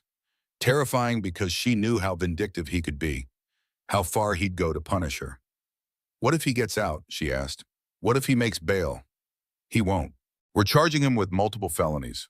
Flight risk, danger to public. No judge will grant bail. And even if one did, the protective order stands. He comes near you, he goes back to jail. Simple as that." Simple. Nothing about this was simple. But maybe after, maybe then it would be. That night, Grant came home with a dress bag Final fitting tomorrow, 9 a.m., don't be late. The champagne silk, the dress that would cling to her 7-month pregnant body, the dress she'd wear while 500 federal agents watched her husband incriminate himself. I'll be ready, she said. Good. This gala has to be perfect. Everything has to be perfect. No mistakes. No mistakes, she agreed.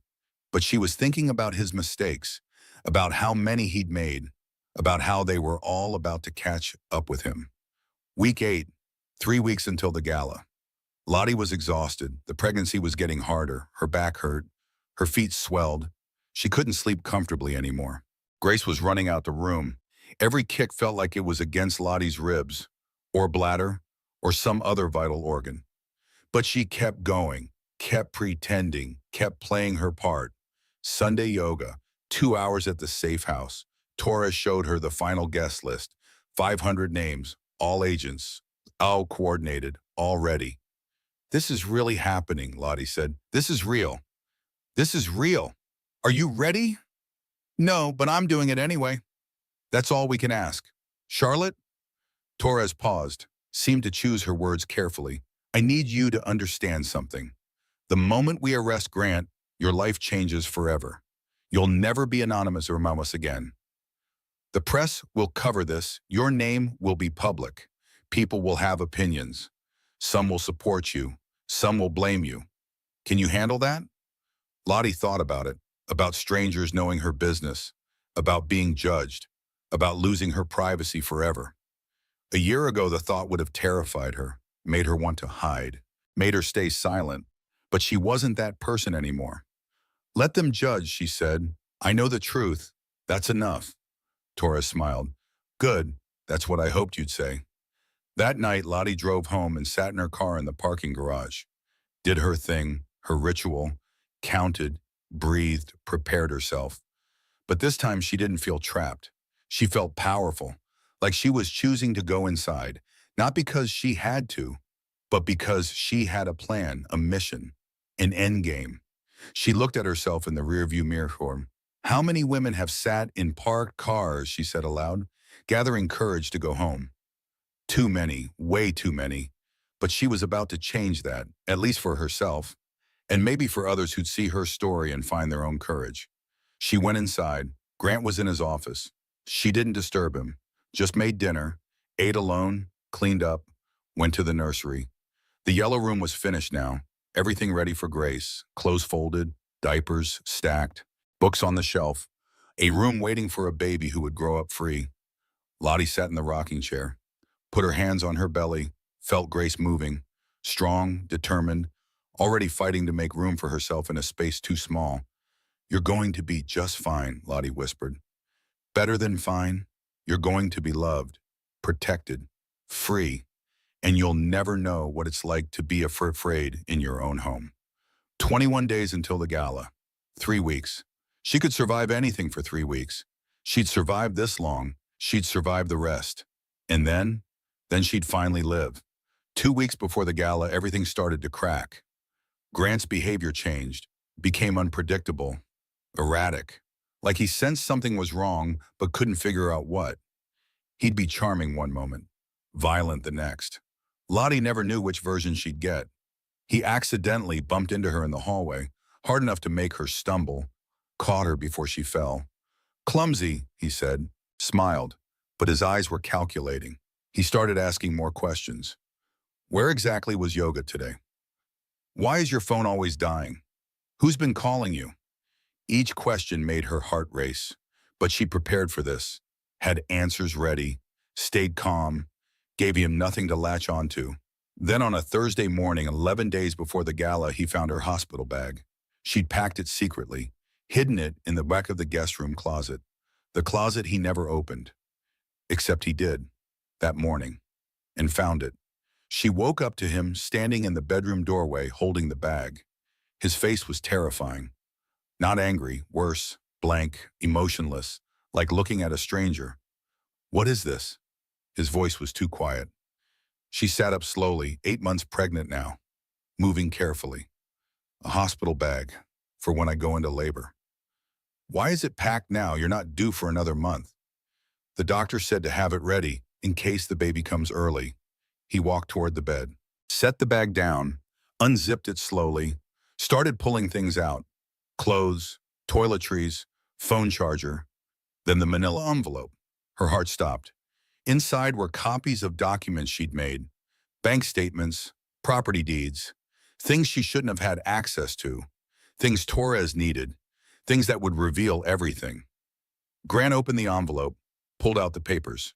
She watched his face as he realized what he was looking at. "What is this?" he said again.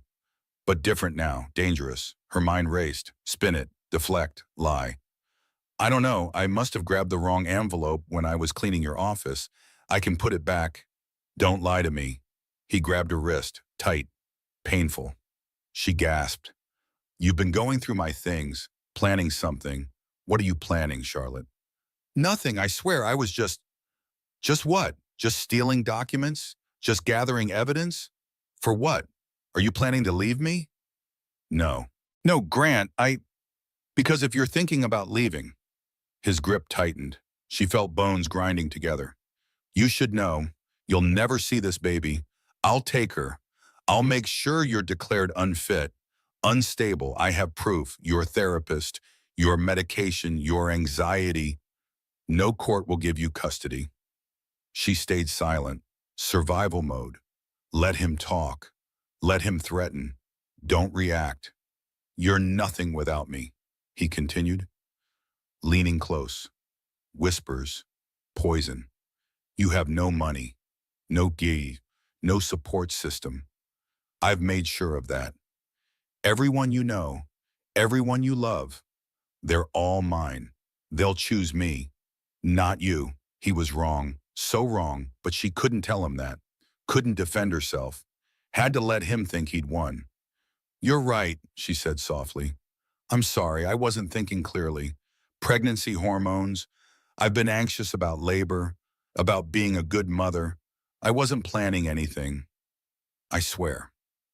His eyes searched her face, looking for lies, for cracks. She kept her expression calm, defeated, scared, gave him what he wanted to see. He released her wrist, pushed her back against the pillows. "Get rid of these documents, and don't let me catch you going through my things again." "I won't." He took the envelope, walked out. She heard him in his office. The paper shredder, destroying evidence she'd already copied. Evidence Torres already had, but he didn't know that. She sat in bed, trembling. Her wrist was throbbing, already bruising. Dark marks where his fingers had been. She took a photo, another one for Torres, another piece of evidence. Then she started to cry. Not from pain, from something else. The recognition of where she was, how deep she'd fallen, how close to the edge she'd come. She was 8 months pregnant, trapped in a penthouse with a man who'd just threatened to take her baby. 11 days from a sting operation that might work or might blow up in her face, and she was so tired, so unbearably tired. The baby kicked, hard, painful, like she was angry, like she was saying, "Wake up, Mom, fight, don't give up now." "I don't know if I can do this," Lottie whispered. "I don't know if I'm strong enough." But she had to be. She had no choice. Giving up meant losing everything, meant letting Grant win, meant teaching Grace that this was normal, that women should accept this, that love looked like control, and she couldn't do that. Wouldn't. She got out of bed, went to the nursery, stood in the middle of the yellow room surrounded by things she'd carefully chosen. Each item a small act of hope, of belief in a future she wasn't sure would exist. "Starting over feels impossible," she said aloud. To Grace, to herself, to the universe. "But staying feels like dying slowly. And I won't let you grow up thinking this is love." The words felt like a prayer, a promise, an oath she was making to her unborn daughter. Whatever it took, whatever she had to survive. She'd protect Grace from this life.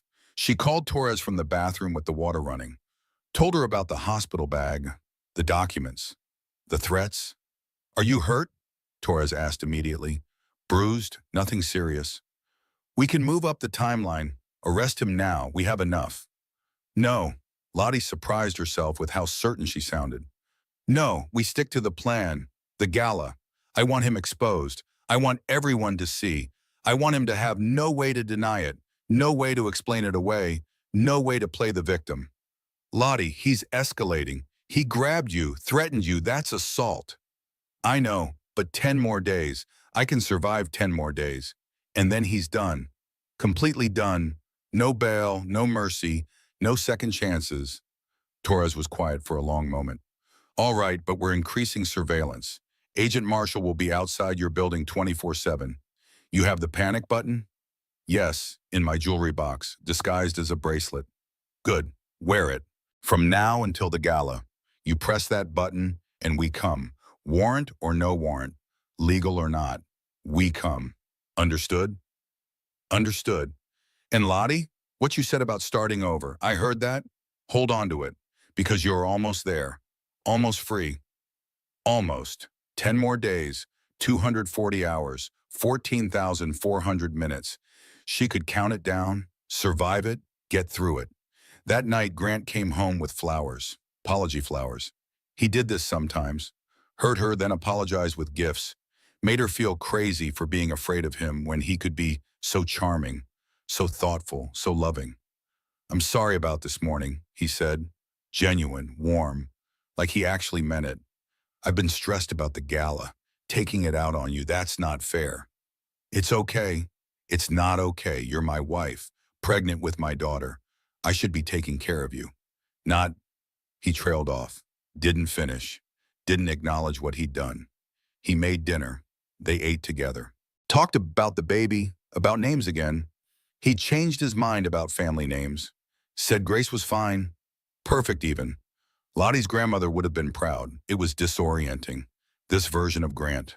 Kind, attentive, almost like the man she'd married, or thought she'd married, before she realized that man had never existed, had been a carefully crafted performance designed to lure her in, to make her feel safe before the trap closed. After dinner, he wanted sex. She went through the motions. Let him touch her awkward, pregnant body. Let him take what he wanted. Hated every second, but played her part. Afterward, he held her, stroked her hair. I love you, Charlotte. You know that, right? Everything I do is because I love you. If this was love, she wanted no part of it, but she nodded against his chest, made agreeable sounds, counted the seconds until he fell asleep and she could escape to the bathroom. When his breathing evened out, she got up carefully, went to her sanctuary, sat on the cold tile floor, let herself fall apart for 10 minutes, cried silently, gasped for air, pressed her fist to her mouth to muffle the sounds. Then she pulled herself together, washed her face, fixed her hair, looked at her reflection. She looked tired, worn down, but not broken. Not yet. 10 more days. She could do this, had to do this, for Grace, for herself, for every other woman who'd sat on a bathroom floor at midnight, wondering if this was all life had to offer. The answer was no. Life had more, better, different. She just had to survive long enough to see it.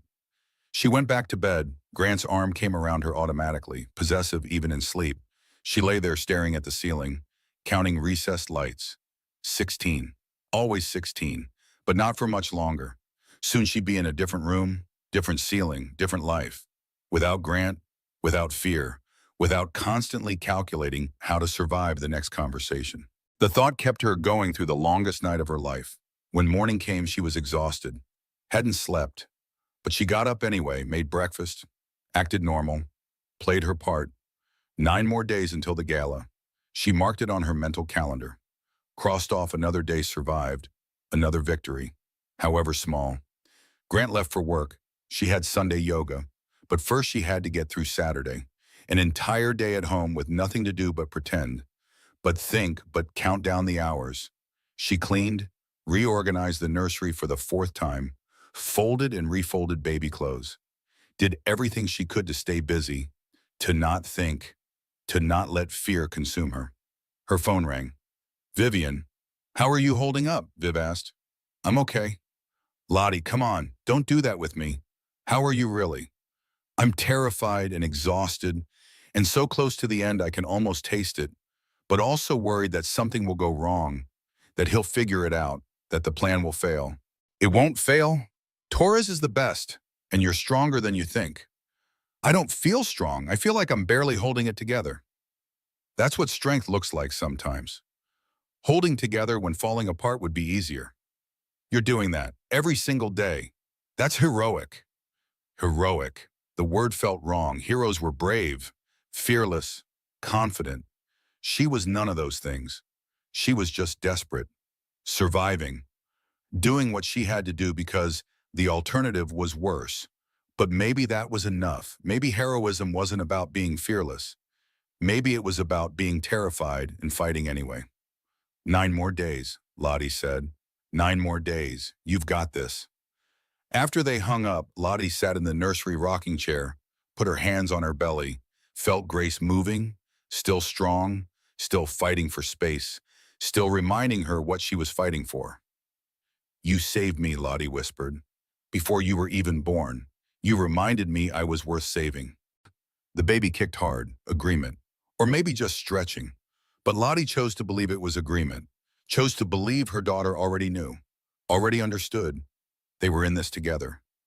Mother and daughter, survivor and future, past and hope. 9 more days until freedom.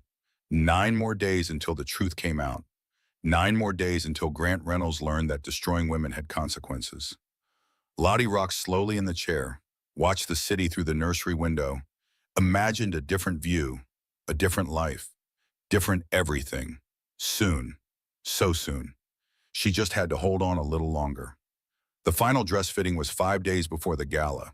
Margot the seamstress welcomed Lottie with sympathetic eyes. She remembered the last fitting, remembered Grant's cruelty. This time Grant wasn't there. He'd sent Lottie alone with his credit card and a text message. Make sure it fits perfectly. The champagne silk was beautiful. Even Lottie had to admit that. It draped over her 8-month pregnant belly like liquid gold, made her skin glow, made her look ethereal, almost otherworldly. You look stunning, Margot said, truly, like a goddess. Thank you. How are you? The question was weighted, careful, like Margot was asking more than just about the dress. I'm good, better than last time. Good, that's good. Margot pinned him. You know, I've been doing this for 20 years, fitting dresses for society events. I've seen a lot, learned to recognize certain patterns. Lottie's heart stuttered. Patterns? Women who shrink themselves, who apologize for existing, who let their husbands speak for them. Margot looked up, met her eyes.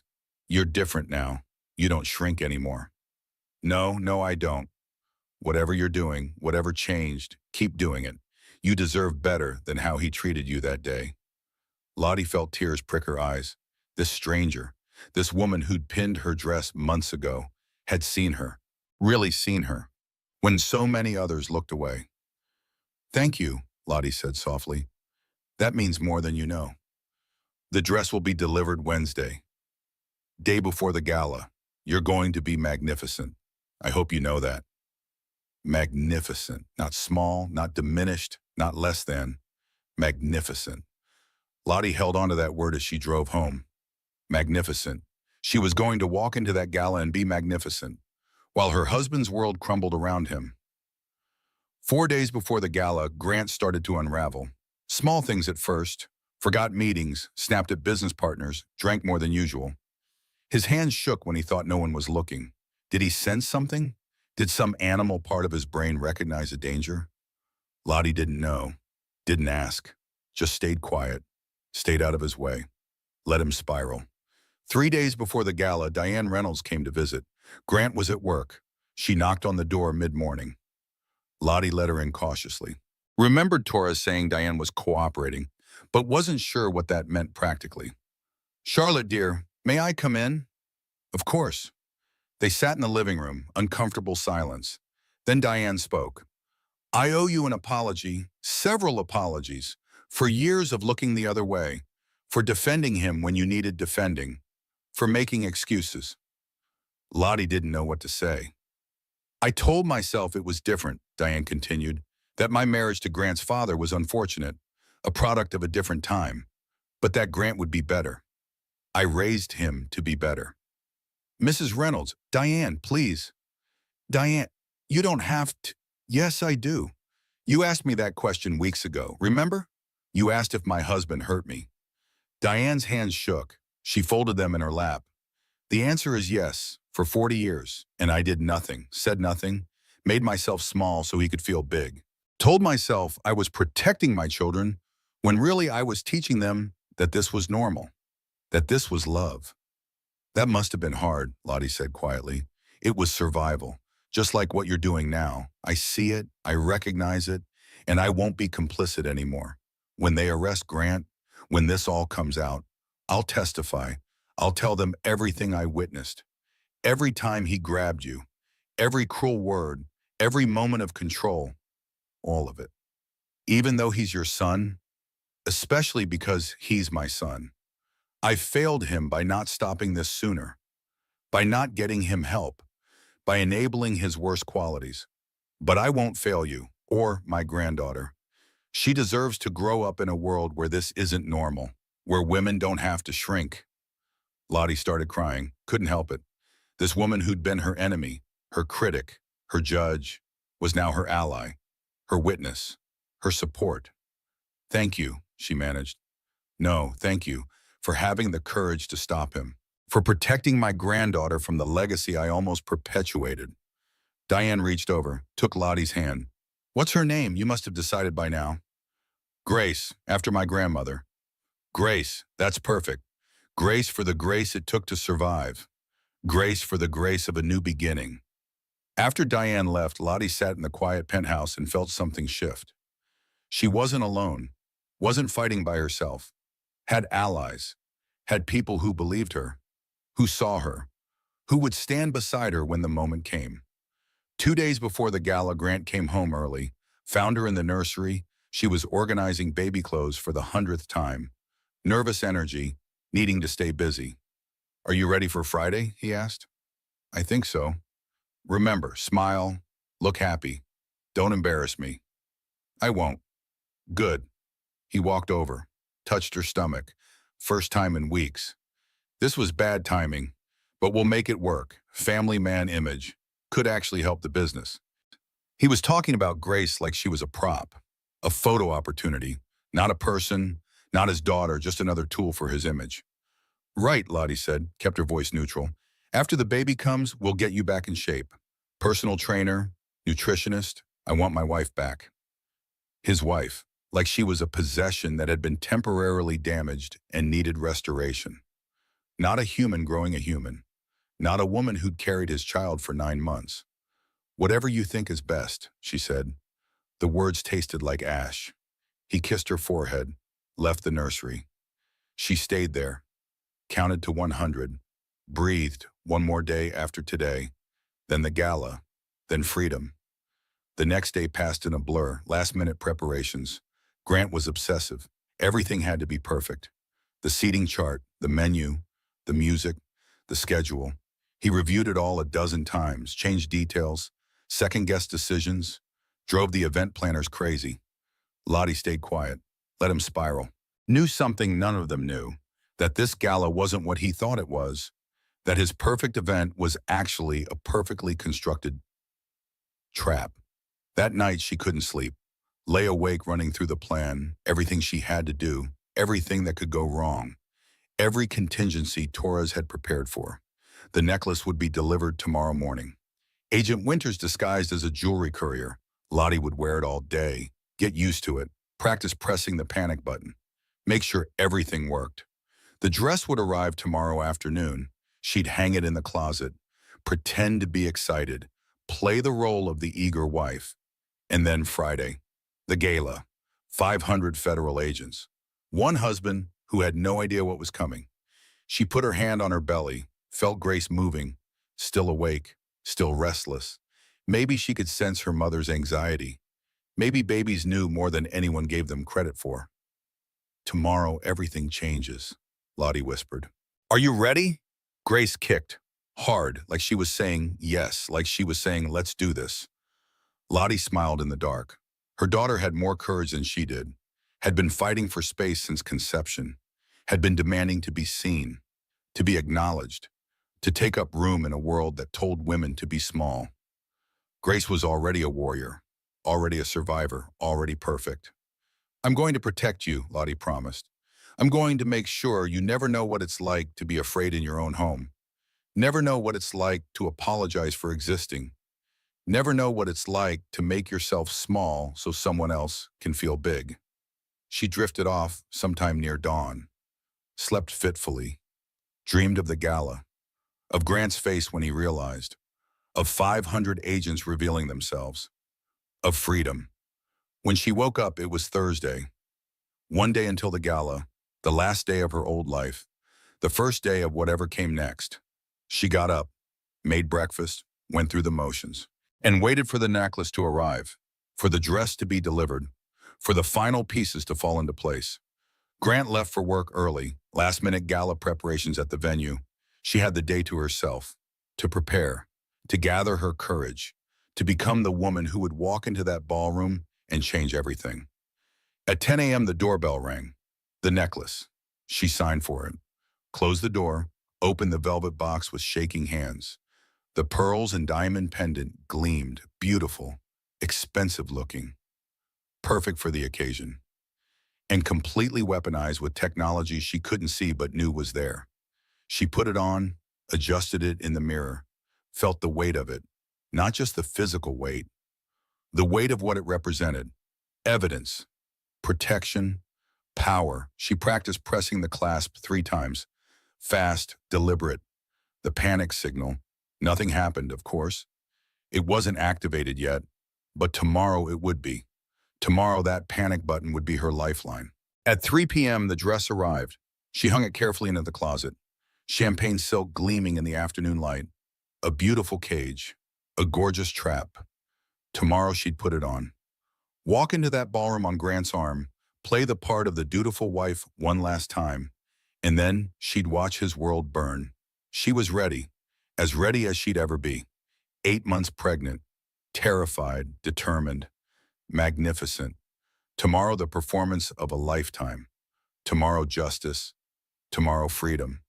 Tonight she just had to survive one more dinner, one more night, one more morning. Then it would all be over. Grant came home at 8, exhausted, stressed, poured himself 3 fingers of scotch, drank it in 2 swallows. Everything's ready, he said. Tomorrow's going to be perfect. My crowning achievement. 20 years, 500 guests, the most important night of my life. He had no idea how right he was. It would be the most important night of his life, just not in the way he thought. I'm proud of you, Lottie said, played her part. You've worked so hard for this. Yes, I have, and you'll be there, by my side, looking beautiful, being perfect, not ruining anything. I won't ruin anything, she promised. And she meant it. She wouldn't ruin his gala. The FBI would do that. 500 federal agents would do that. Justice would do that. She was just going to stand there and watch. That night, she lay in bed next to Grant for the last time. She didn't know it was the last time, but she felt it somehow, felt the finality, the ending. Tomorrow she'd sleep somewhere else, somewhere safe, somewhere he couldn't reach her, somewhere she could finally breathe.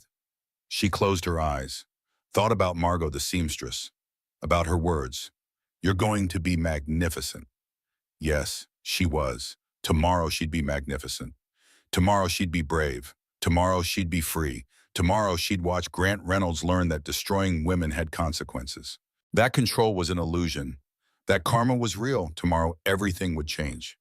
She fell asleep counting down.